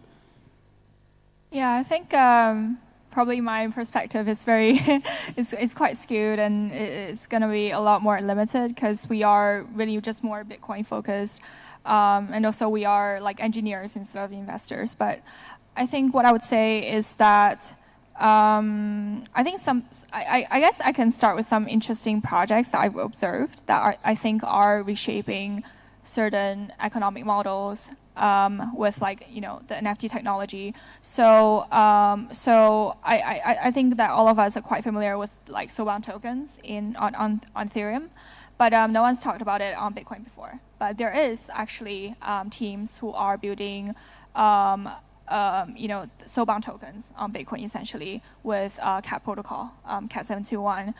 So basically they are creating non-transferable NFTs on Bitcoin. And that's really interesting because Bitcoin is the most secure blockchain, and it is the blockchain with the most amount of untapped liquidity. And so I think if we are able to tap into that and leverage that to maybe create a more, I would say maybe create like a decentralized identities system. That could potentially be very useful, as for us to create the whole on-chain credit and reputation system, and potentially that could be used to, expand more DeFi scenarios such as collateralized lending and things like that, because you have this really intact on-chain reputation system that is held together by these non-transferable NFTs as part of your identity. And I think a second thing that I've noticed that was quite interesting is I'm not sure how many of you are familiar with recursive inscriptions, but basically like how NFTs work on Bitcoin is that you are basically inscribing data on Satoshis on Bitcoin. And the good thing about recursive inscriptions is that it allows you to essentially inscribe huge amounts of data onto each inscription, because it allows you to basically reference other inscriptions in that inscription. And so what happens is that you are not just seeing inscriptions that are, just like with like images, inscribed on chain. You are actually seeing gaming engines, 3D creation engines inscribed into single Satoshis on chain. And this is not ideas. This has already happened. Like we already have teams in our ecosystem that have done that already. They have inscribed like those Nintendo Switch games. They have inscribed decentralized operating systems, like the whole OS onto a single inscription. So I think that is really a game changer. So I think it kind of shifts like the focus of like NFTs from like its traditional value to like more as like vehicles for these like innovative kind of things in the Bitcoin ecosystem. And something that Unisat is doing is that we are actually building a database and a more powerful indexer for these recursive inscriptions, so that basically we hope for in the future, basically all of these millions of inscriptions, all of these millions of like NFT files on chain becomes basically a database that any user can tap into for their own creations. They can reference any existing inscription for their own NFT creation, and they can like inscribe that directly on chain through like Unisat API and like trade it or send it right away in games and whatnot. So I think that's those are some like game changers that I've noticed recently that I think are definitely reshaping certain economic models in like gaming and also like the social tracks in the Bitcoin ecosystem. Yeah.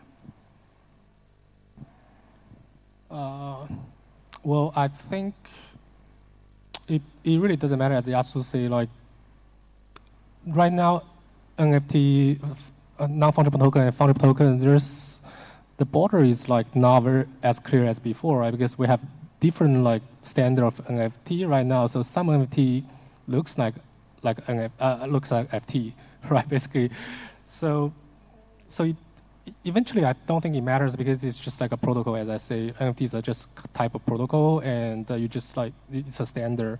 And eventually, it's about how do you create different sort of values for consumers. Right now, I agree. Like most of the people are buying NFTs because of the economic benefits or for investment purpose. But I think it's important to see when this trend changes from investment to actual NFT consuming behaviors. I think that's something that's like actual milestone we'll be able to see, oh, this is really mass adoption. Think about all the artworks or decorations you buy these days as a simple example. How many of them you are buying for investment purpose? Like 99% are not for investment purpose. It's more for like emotional ties, or it's for your own preference, right? Of course, there's still like very high-end like Van Goghs or other like artworks that's super valuable, but that's not consumer level. So how, like, back to a question, how do we change the tokenomics or economy for NFTs?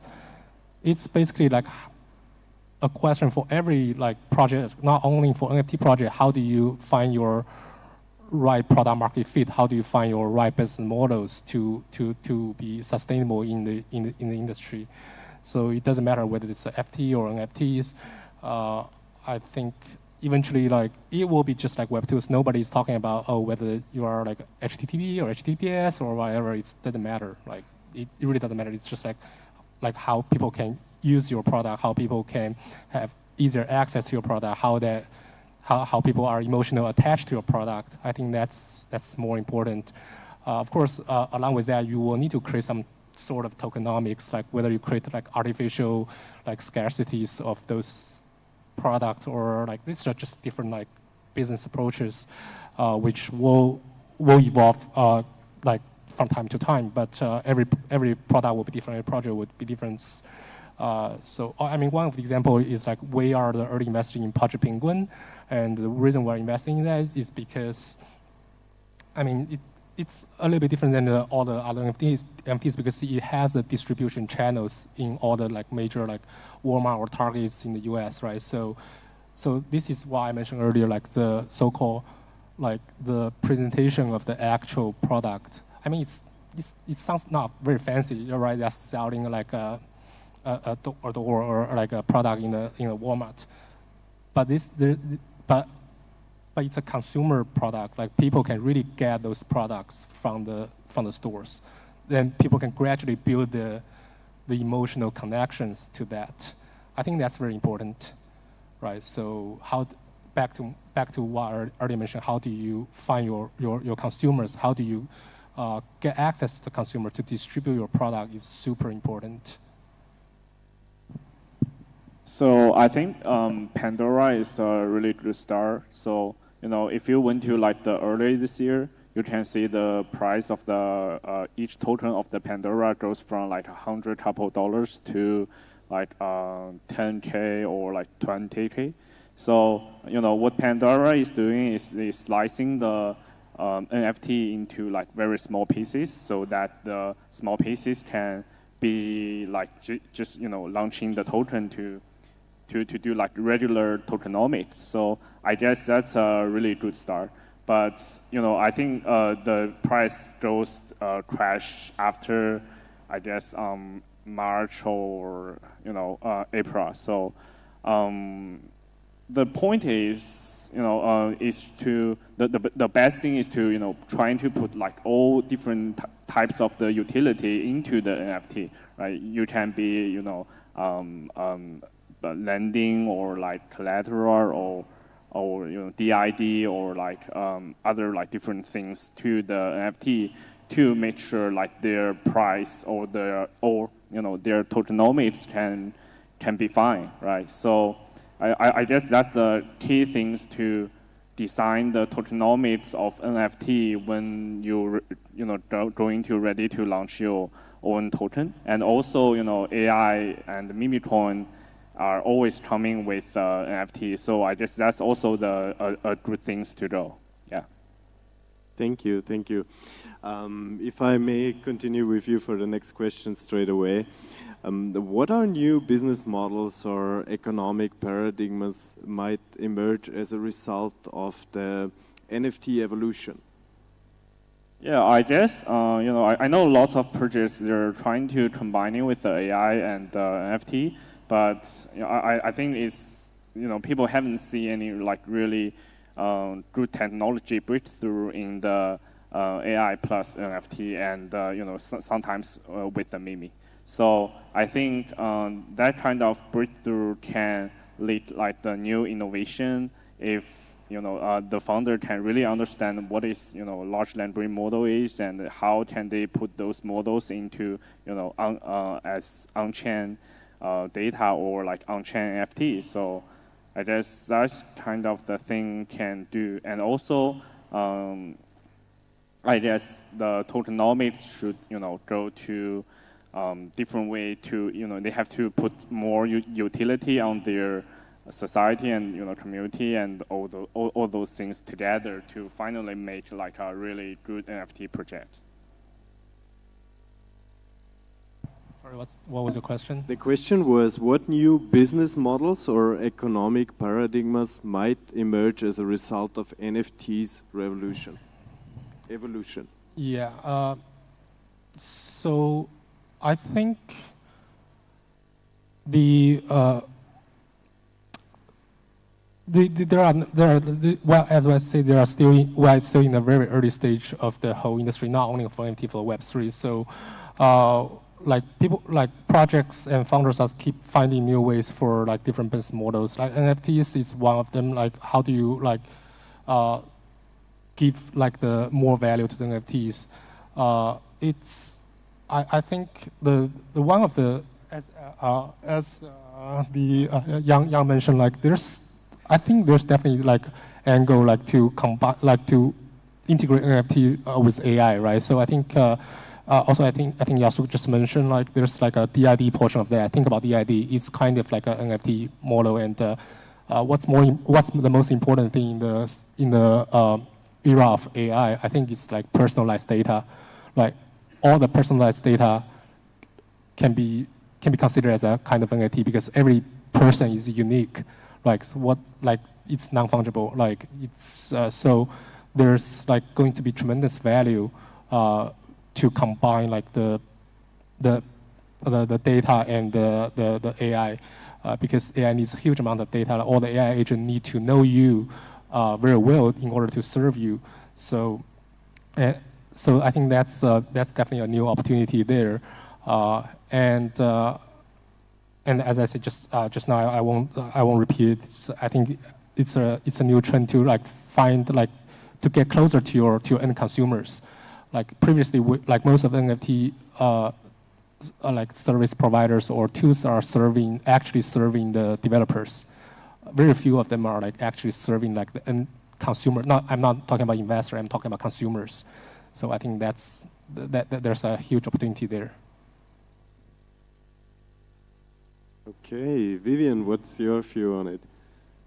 I'm thinking, I feel like I kind of already shared in the last question. I guess can just expand a little bit more on, I guess, things that I'm hoping to see with like new models I'm hoping to see with like recursive inscriptions. Because of its like unique technology, I think there could be a lot of potential for new models.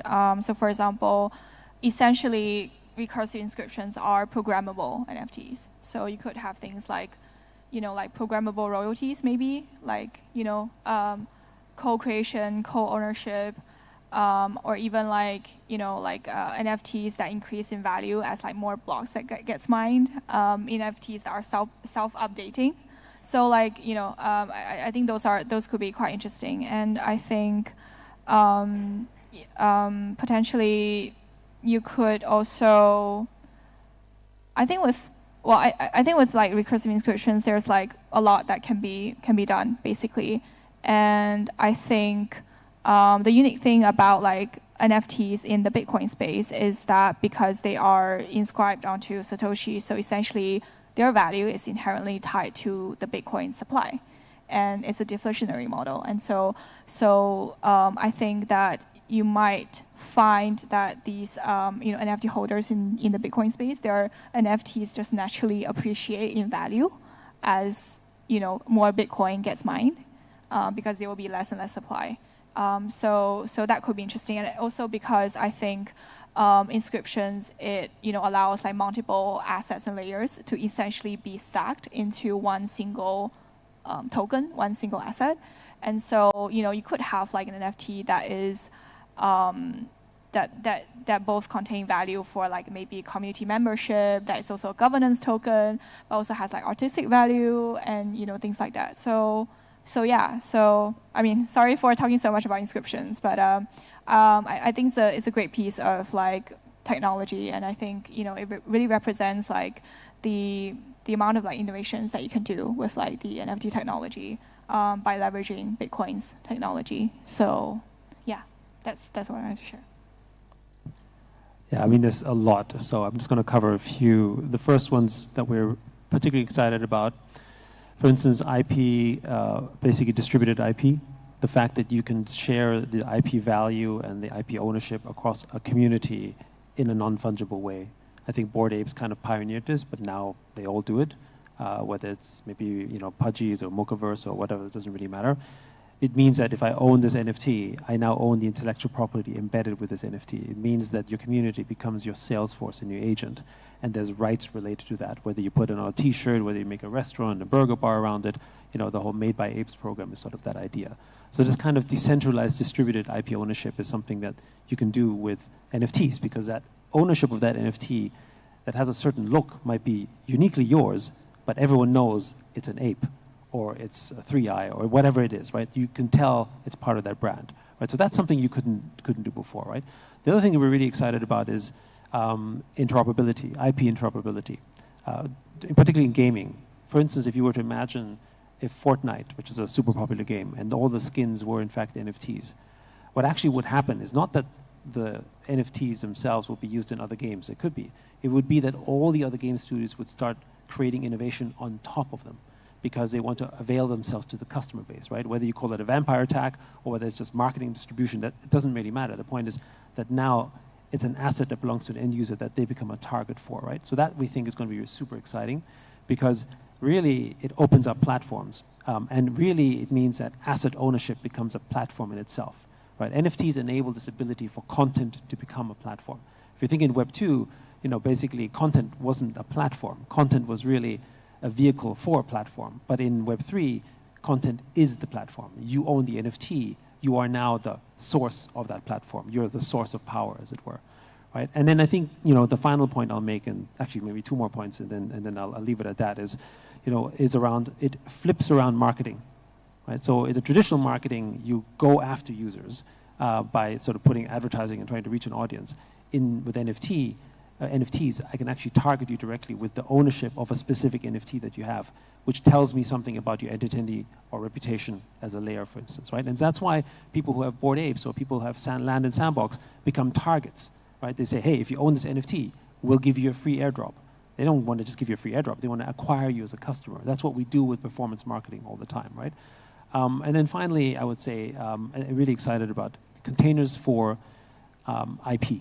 As I gave this example for teachers, but there's another example, for instance, there's a company called DanceFight. What they do is they actually use NFTs as a way to trademark effectively your dance moves, right? And that sounds like a silly thing. Why would you, want to sort of copyright your dance moves? Well, it turns out that this dancer had a really fancy move, And then he saw that move was used as an emoji in Fortnite. So he sent a message to the guys at Fortnite. He's like, hey, you know what? To Epic, that's my dance move. I mean, you kind of took my stuff. It's cool, but can I get something? They never wrote back because it was never, he can't prove it's his, right? And he can't go to the trademark office every time he makes a dance move and record it. It costs money. But in US copyright law, for instance, you have copyright for first origination. You don't necessarily need to patent it. And so when you can show that and basically mint it on chain for minimal cost, you can now create some kind of intellectual property protection, which to me is really interesting when you think about AI in the future. AI is taking all this data, is going to create all this value. When do they give attribution? How do you prove the attribution? And again, I think NFTs become really interesting for that. Thank you, thank you. Never have I thought about NFTs in a dancing setting, but I thought about NFTs a lot about in a gaming setting, and I agree with a lot of these points been made. Thank you very much for giving us the insights. And as a last question today, I want to ask you as industry leaders, as native individuals in the NFT space, what are your best tips for developers, for entrepreneurs that are maybe because of the current prices that we have in the market with Bitcoin coming in floods into our industry and want to participate in building or want to participate as investors? What did you learn through the years that you might to share with these individuals coming in? I don't think we have enough time for this question, but maybe the very simple thing I tell any person who wants to learn and utilize the space is you got to get involved first, right? And the easiest thing is, you know, choose your community, buy an NFT, get into the space, and then engage with it. And I think it's the only real way in which you can understand how to participate and utilize NFTs in your ecosystem. It doesn't work if you're trying to build a product with NFTs when you've never had an NFT yourself, right? And when you've never built in a community. You have to really be invested in it. It's no different than when you want to do business in a new country. If you've never been to the country, don't do business in it, right? It's exactly the same thing. So I would say of all the different things to do in the space, you have to begin to invest, buy, collect NFTs, not expensive ones, and just learn about the space before you even think about it, and new ideas will pop up. Yeah, I think totally echo that. I think just, you know, become a trader first. Because I think, honestly, NFT is unique because it's really almost all about the community. It's about like the emotional values. It's not just the technology. So I think you see a lot of teams trying to start NFT projects, but then they've never been part of the community before, so they don't understand it. They don't get like why people are excited about this and not excited about what they feel is like, you know, the perfect creation and their project is great, but like why are people not excited about it? It's really because they haven't been part of the community. Like they haven't, you know, they haven't like purchased an NFT, they haven't like lost money on it, you know, they haven't like, you know, like shared their NFTs to other people. So they don't understand like the language, they don't understand the culture. They don't understand how to make the community excited about what they're building. So I think as a developer, and I think definitely something that I've noticed is that we're really missing good product managers in this space, like product managers who really understand the community instead of just understanding the product. So I think, yeah, so I think definitely like, you know, kind of start by going into a community first and then, you know, start trading, losing some money. One, I guess, well, like, can show our project a little bit. Unisat does have, I mean, the most amount of like users, and we do provide like the best-in-class support. So that's why you see a lot of products in the Bitcoin space. They use Unisat Wallet for their demo because we provide the best developer services, the best API. So you know, you can start there, look at our documentation, try to create something, try to create a minting tool, try to create like a marketplace, like a simple one. So, you know, you can start there. And because Bitcoin, I mean, we are only going up from here. So, you know, if you find Bitcoin too expensive, do check out Fractal Bitcoin, which is a native scaling solution that is built by Unisat. Yeah, thank you. Thank you. So yeah, I think for retail users or retail investors, I would say like start consuming NFTs, like rather than investing in NFTs, right? Consuming NFT is more important than that will like trying to find like your emotional connections and rather than like financial benefits in NFTs. I think that's more important.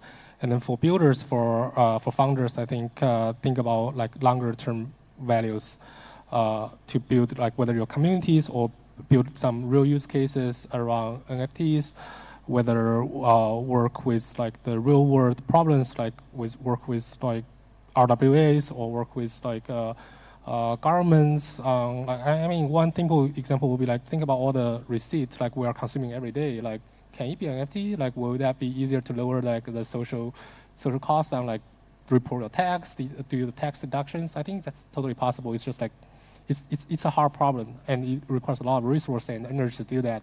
But it doesn't mean like it's not the right thing to do. And there will be like tremendous values on that.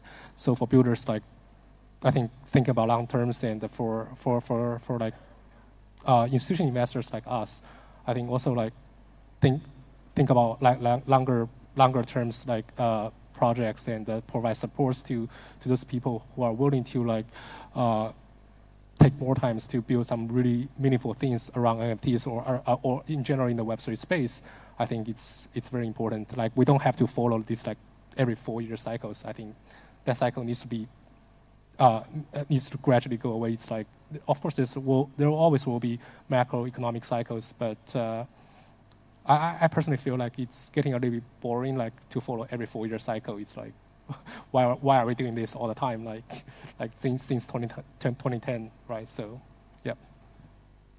Yeah. So Yasu and Dinghan, they're the OG in this area, and all I want to say is follow those OG's advice and believe what you are doing, and eventually will make success. And by the way, we are the early investor for the Unisets, and they are doing really good in the Bitcoin ecosystem. So if any of you guys trying to reach out the Bitcoin ecosystem, definitely go to find them.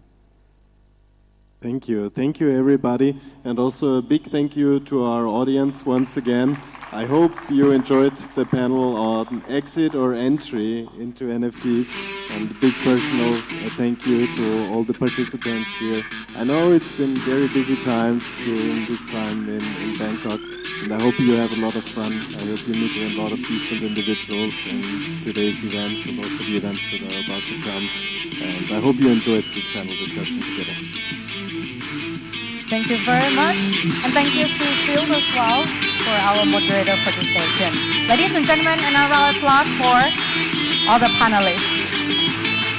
What an incredible session. Thank you once again. So we would like to also express our sincere appreciation for all the audience. Thank you very much for your valuable time as we conclude NFTCON 2024.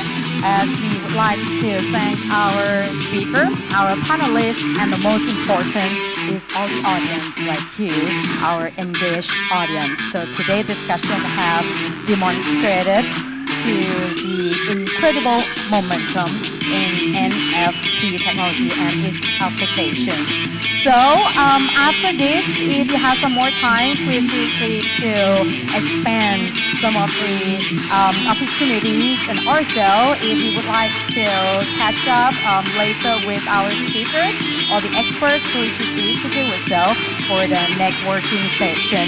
And special thanks to our co-host, PANews. Thank you very much once again. Also, NFTScan. Thank you so much for your support for bringing together this extraordinary group of investors and thought leaders.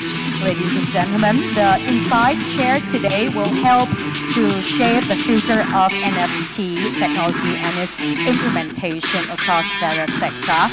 Thank you for being part of NFTCON 2024, and we're looking forward to seeing the innovation and collaboration that emerge from today's discussion. My name is Guang Tianjia. I have to say goodbye for now. Hope to see you again for our next year conference. สวัสดีค่ะ Thank you very much.